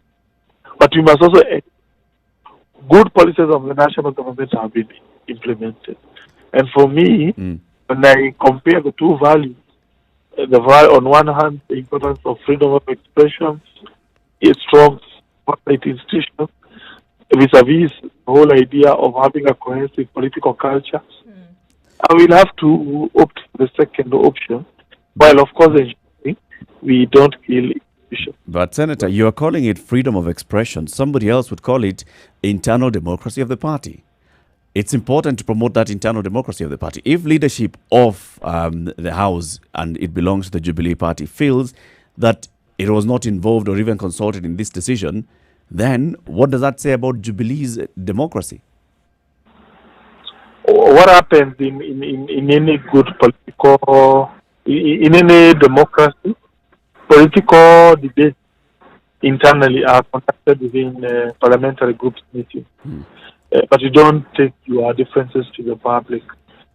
So therefore, whereas internal democracy is important, it has to be done in a parliamentary group, not going to undermine the policies of the party. Senator, can I then ask, as a senator, your constitutional mandate is to protect devolution, protect the counties. And the process of Nairobi, because obviously you tabled a bill, I think in 2015, on the same subject of re-centralizing Nairobi. But the process that was followed is what has been challenged. I don't think the challenge was in the transfer of functions, because that's constitutional. But it's the process. In fact, the issue of the sovereignty of the people, the public participation, all of that was completely undermined. And even the Solicitor General has prepared an opinion on that. And we can expect if Nairobi and giving an independent view, because I believe Senator Gedure had what he had proposed was that the House investigate the issue to get to the bottom of it. Because the process really, as a resident of Nairobi, and I'm also a member of the County Budget Economic Forum, we are saying we sat and we looked at the annual plan for the county. We looked at we were in the budget process, and then all of a sudden functions are transferred. And we're asking then, where are we as citizens? When we want to make inputs on health, what happens? So these conversations did not take place. So Senator, do you not think that the Article 10 on public participation, in fact, Article 1, Article 174, on the role of the citizen was undermined by the process, because it's the process that was challenged? And isn't it your responsibility then, as a senator, to ensure compliance with the Constitution, even when the functions needed to be transferred because of very failed leadership in Nairobi County, which we all agree? Well, I think the reasons that were being proffered as to why some thought the process was flawed were untenable, did not make sense. Yeah, I say that because the process was good, was perfect. Remember, you have said that there was no public participation. That is not true. Before the fact. Not after the fact. Before. There was a rubber stamping, and part of the problem is, of course, the public are invited to participate, to give their views. But when you give your views over a document that's already been signed and it has been given 14 days, and then that report, the findings are not shared back, that whole process was a rubber stamping process. It actually is a mockery of public participation, Senator. So please, we expect you to defend our voice, not to kind of subject us to processes that kill our democratic say. I still maintain that process was very perfect. There was the public participation. If one felt so strongly against the whole idea of transfer of functions from Nairobi County to national government, they could have gone there, they objected. It is there if one has that opportunity. The reason why the party was a little bit taken aback by the decision by the Deputy Speaker, the former Deputy Speaker, on that subject was it offended standing orders provided for by the Senate. The kind of motion the Senate was discussing as at that time does not crystallize into a resolution. You just come to Senate, you ventilate, and that's it. So we saw something that was not really fair. Something was a little bit problematic on our part. Senator, can I ask, just on that issue, there have then surfaced some allegations of conflict of interest, especially with the president and the first family vis-a-vis the takeover of functions of Nairobi. If residents wanted to take up this issue and say, we suspect here there is a conflict of interest, this thing doesn't look right, where can they go? Because our voice has been so muzzled, we are then saying this constitution isn't working for us. Even if there's a conflict of interest, we can only stand by. Are you saying there's no provision anywhere for the Senate, for citizens to air their views? Where would we go? Court?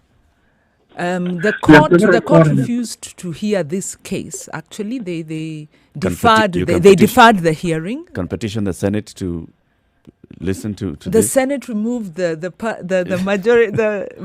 majority. It was the speaker, the deputy speaker, who raised the issue. Do you see what you have a whip now who says you can come and talk to us? He's telling us now. So is that the stance, Senator, that you can come and tell us from where you are, that you let us know where you have an issue, where are the hiccups, and let's see now how we can at least engage and start that conversation. Is that what you're saying? That things now would have been different because of the differences that we see having been placed? Anyone aggrieved by that process or the decision, he or she could have gone to the Nairobi County Assembly. Remember, it was the entity that was seized of that matter. Yep. One can always do a petition.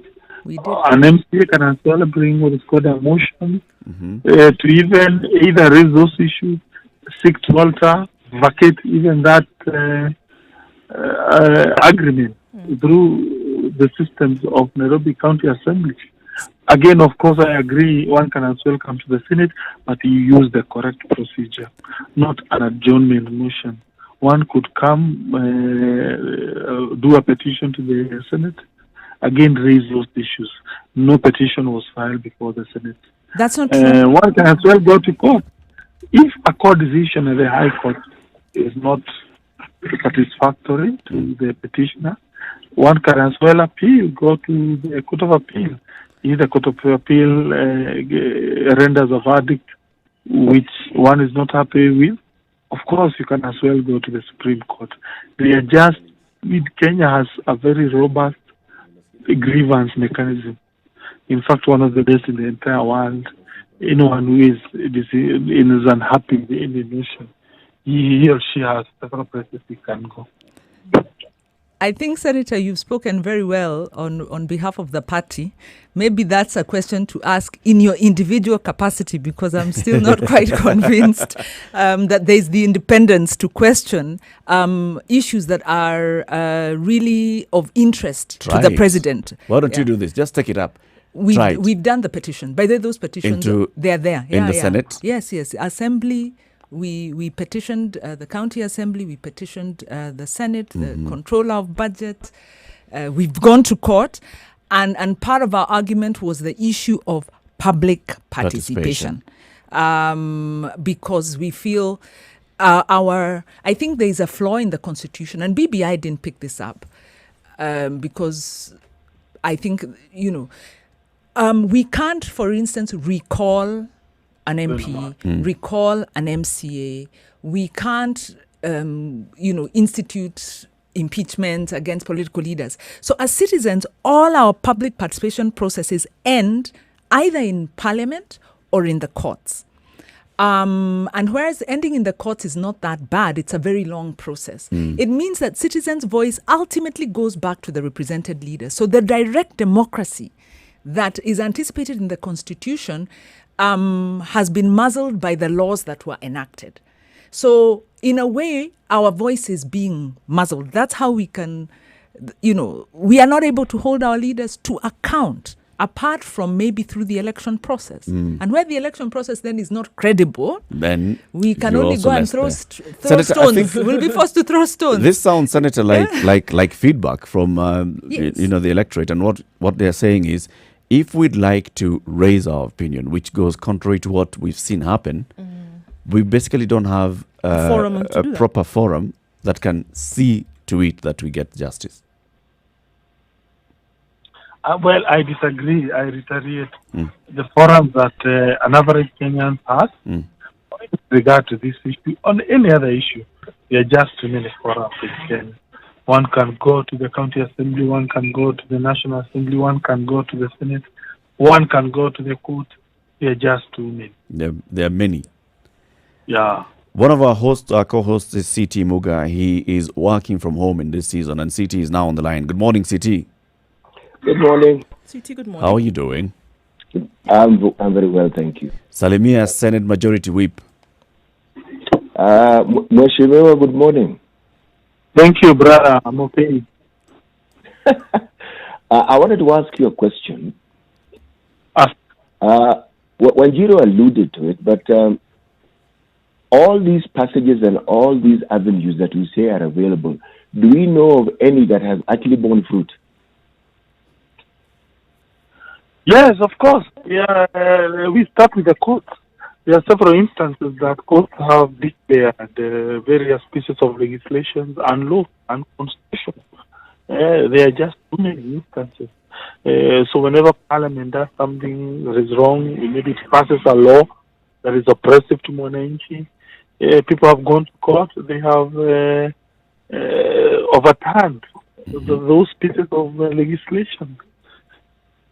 How about petitions to the Assembly, either the Senate or the National Assembly or the County Assembly? Yes, again, also there are several instances where people have brought various issues.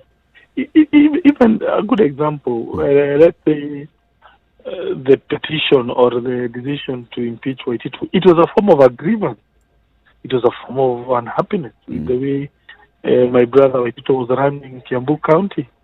It was brought before the Senate. The Senate decided to throw him out, and it was upheld by the court offer. So bringing issues to the Senate is a good way of expressing grievance. Senator, coming back to the issue of now the way you're whipping members and bringing coalitions and saying toe the party line, vote with the party in the House.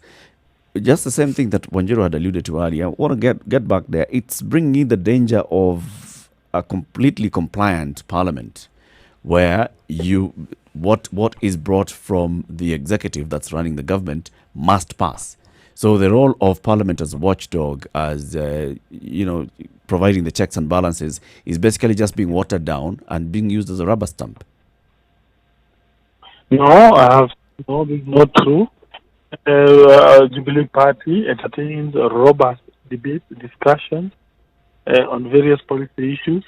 But the problem is that you have to use the correct forum. You don't go that in public agora meeting. You criticize the party leader for no good reason. You need to tell your dissent through party organs. So, for instance, if you take a look at the report, the budget estimates that was brought to the National Assembly, and then the Committee on Budget and Appropriations came with a report to the National Assembly, which was basically questioning a number of things that the National Treasury had presented and the way the government had run the budget.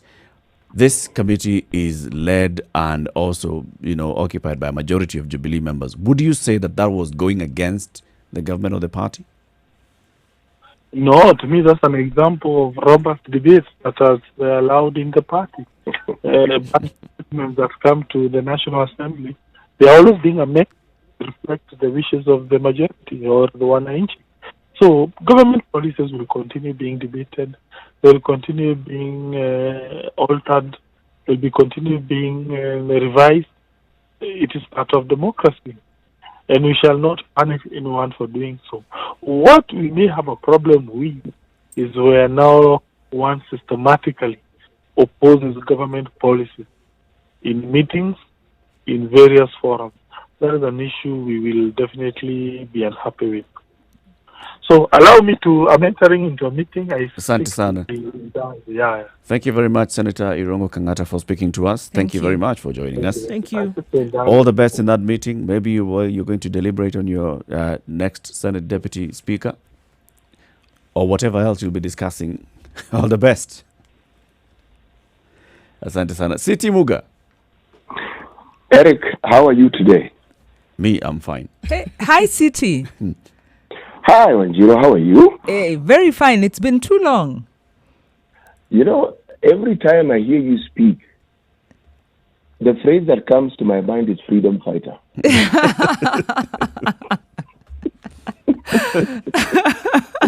I need to take up arms at this rate. My channels have been closed. You've already taken up arms.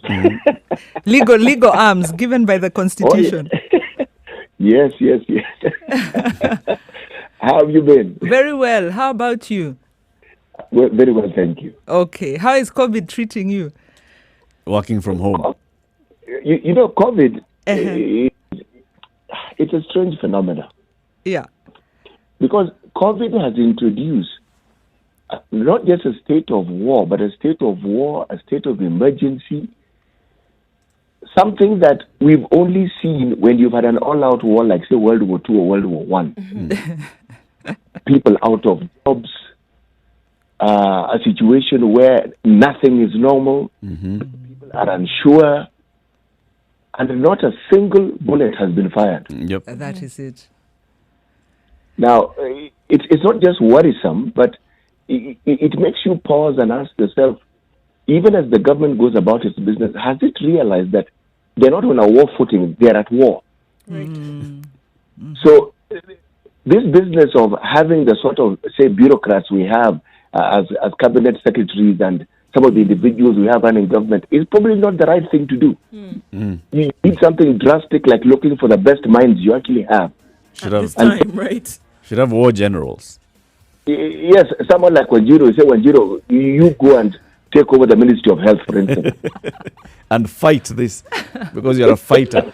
In fact, today's proverb captures your input into this meeting very, very well. You've spoken very little, but very profoundly, because I think that's it. Total mind shift, eh? City, take a pause. Let's take a look at traffic. Final traffic check of this show at 11 minutes to 10 o'clock. This is a Situation Room. It's Kenya's biggest conversation. In the room this morning, Wanjiru Gekonyo, Nduoko, Eric Latif. On the line, CT Muga.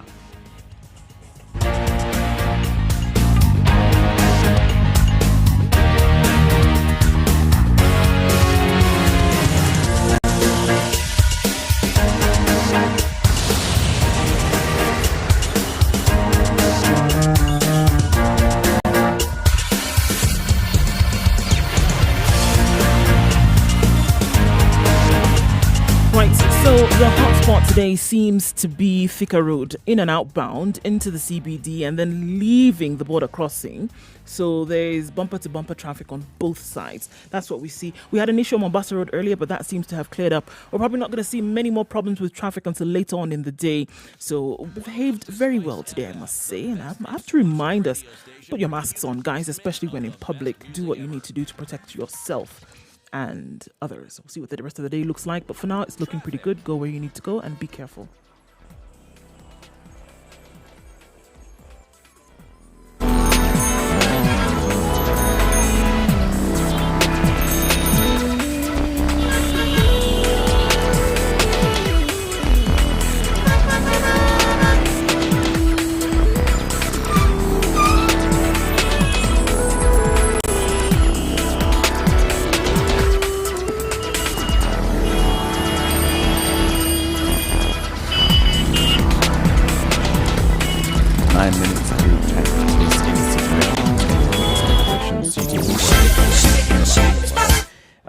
Now, so we've heard what the Senate Majority Whip has said in terms of this is their thinking.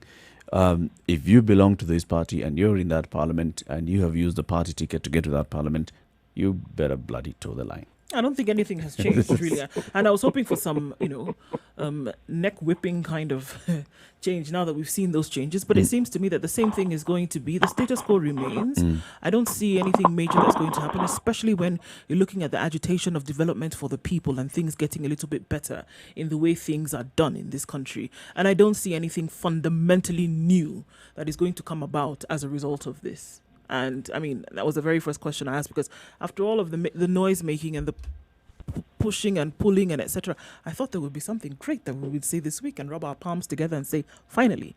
But unfortunately, we don't. It sounds like you're reading Kipchumba Murkomen's speech. If I was a problem, then let's see. Yeah.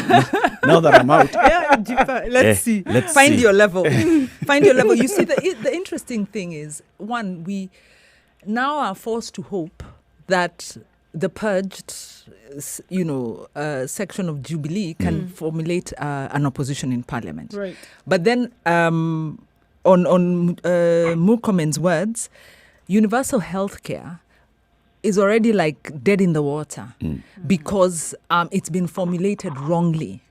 The housing project that the government is doing will not produce housing for the millions of Kenyans who need it. It's not a bad initiative, but it's a misguided initiative. Roads, we had just this morning had a discussion about roads, and it's what Andrew was calling. What did he say about this? We have a budget, disjointed budget, disjointed priorities. So Jubilee does not have the ability to deliver the development solutions that we need, because the thinking is very much framed around projects, this president's projects. And these projects are not viable and have been steeped in corruption and all of that. So I think the purge is, I'm surprised that he brought down the purge to Nairobi County. I thought he'd say actually the purge was for the BBI. So for me, I was like, oh, okay. You want to take it to Nairobi? Nairobi is contentious, in my view. I think they want to do very well there and show, well, it's okay, the law doesn't matter, services And is probably one. that's why they did not expect, this kind of opposition that they were getting. This Yeah. is one direct, very nationally Easy. visible project. Yeah. And then the Senate Majority Leader goes and issues a statement in the Senate going against it the very next day. Doing his job, by the way, because all the Senate should have done that. In fact, it's shameful that Lusaka, the Speaker of the Senate, witnessed this document being signed. So I think it's just very interesting. From where we sit, I think we were having a very cohesive conversation as far as debt and what needs to happen around that. So I think that there's common ground on COVID response and the needs. But when it comes to the president's interests, I think we're going to see this Jubilee really exercise Towing their that line. their majoritarianism. But this is politics. It will not last. In fact, it's just about when will the cracks begin to show. So you're seeing more cracks on this There will be. before 2022? There have to be, because the president's policies and interests are divisive in themselves. The BBI is also divisive in itself. At least that one is bringing them all together. Well, apart from the Tanga side. Well, I don't think they have a common values base. And at the end of the day, By the time they start now fighting for their own values, the referendum will have happened or whatever, the BBI will have passed. We'll be fighting that battle in 2025. but you cannot have a referendum this year in any good conscience. Who's talking about conscience? And not, yeah. Where and has hope- conscience and ever hope played to- a part? And hope to City. win, unless you're rigging your process. Really? City, please remind our, Yes. our freedom Conscience fighter doesn't that happen here, man. this is, This is politics. But, It is politics. I mean, the logic that you're applying is very sound logic. But since when has that had any say where political interests are concerned? Everything that you're seeing right now is political. And it must be seen in that light. And the truth of the matter is, until that political goal that they've set to reach is reached, anything that sounds logical and plausible, the way Wanjiru is putting it, that will actually not hold any sway. now I think, but also looking at where Wanjiru is, and Wanjiru is representing the very many Kenyans who would like to see things done the right way. What's the recourse? Eric, this issue of the right way, what you're doing now, you're introducing an enigmatic discussion. Okay, right for whom? Right for the majority. The majority are represented by their leaders, and it's their leaders who are making that decision. What you're seeing The right leaders now, have gone rogue, City. They're all representing this their thing, own. believe me, this thing, they've always been rogue as far as I'm concerned. This thing has to play out. When it plays out and it reaches the end, then some sanity may actually come in, but not before. So we've got to watch and just let it play out. They achieve what they wanted to achieve, and then they realize that not everybody got what they wanted. And then Not only that, they'll have a lot of egg on their face, then they'll be able to turn. Remember, Jubilee is where it is because of what they sought to do. Okay? Now, they're unraveling at the seams on their own. without anybody's help. And you actually don't need help. Baba is lighting a fire. Actually, given where Baba is, brings in the discussion of what options did we have, because the problems we had required a shift in the way things ought to happen. So the handshake became very, very pertinent. But yet the handshake created yet a new problem. The deputy and his people didn't like the handshake. So until and unless what we are seeing unfolding comes to an end, or it comes to a certain conclusion, believe me, the sanity we are speaking of will not see. Profound. Can I profoundly say said. Yes. something Baba once said, and what I remember whenever we were talking coalition, I remember he said, if you have a snake in the house, you don't chase it from outside. You go into the house and you chase it from inside the house. And watch his political, path. That is his strategy. So we will only know Baba's real intentions Baba should once discover- he's inside. Baba should discover burning a tire. It works in chasing snakes. It Just also works. burn a tire, throw the Throw burning it in tire there into and the all the house. snakes You will don't run need out. to get into the house. Because you might be swallowed in that house. Or getting bitten. He's getting into the viper's nest. Yes. This one might not work. Coming to the end of the show, thank you very much for joining us today. Wajiro, we'll see you again tomorrow. I'm suffering. Yes, no, this is not suffering. This is living the life. It didn't feel like that at 4 City is a.m. the one who's suffering. Just sitting at home, working from home. City and you suffering. Actually, no. When I was thinking of the snake, I was thinking of if a snake enters your gumboot, Yeah. Okay. what do? You're going to end up breaking your leg as you're trying to kill this snake. I trust you to come up with that, City. Oh, yeah. Okay, listen to today's proverb, City. This is from the Ewe in Ghana. Wisdom is like a baobab tree. No one individual can embrace it. Yes, Okay. very good. true. Good. Those yes. are his people. Yes. He's like, Good. yeah. All right. See you tomorrow. It's 10 o'clock. This is a Situation Room.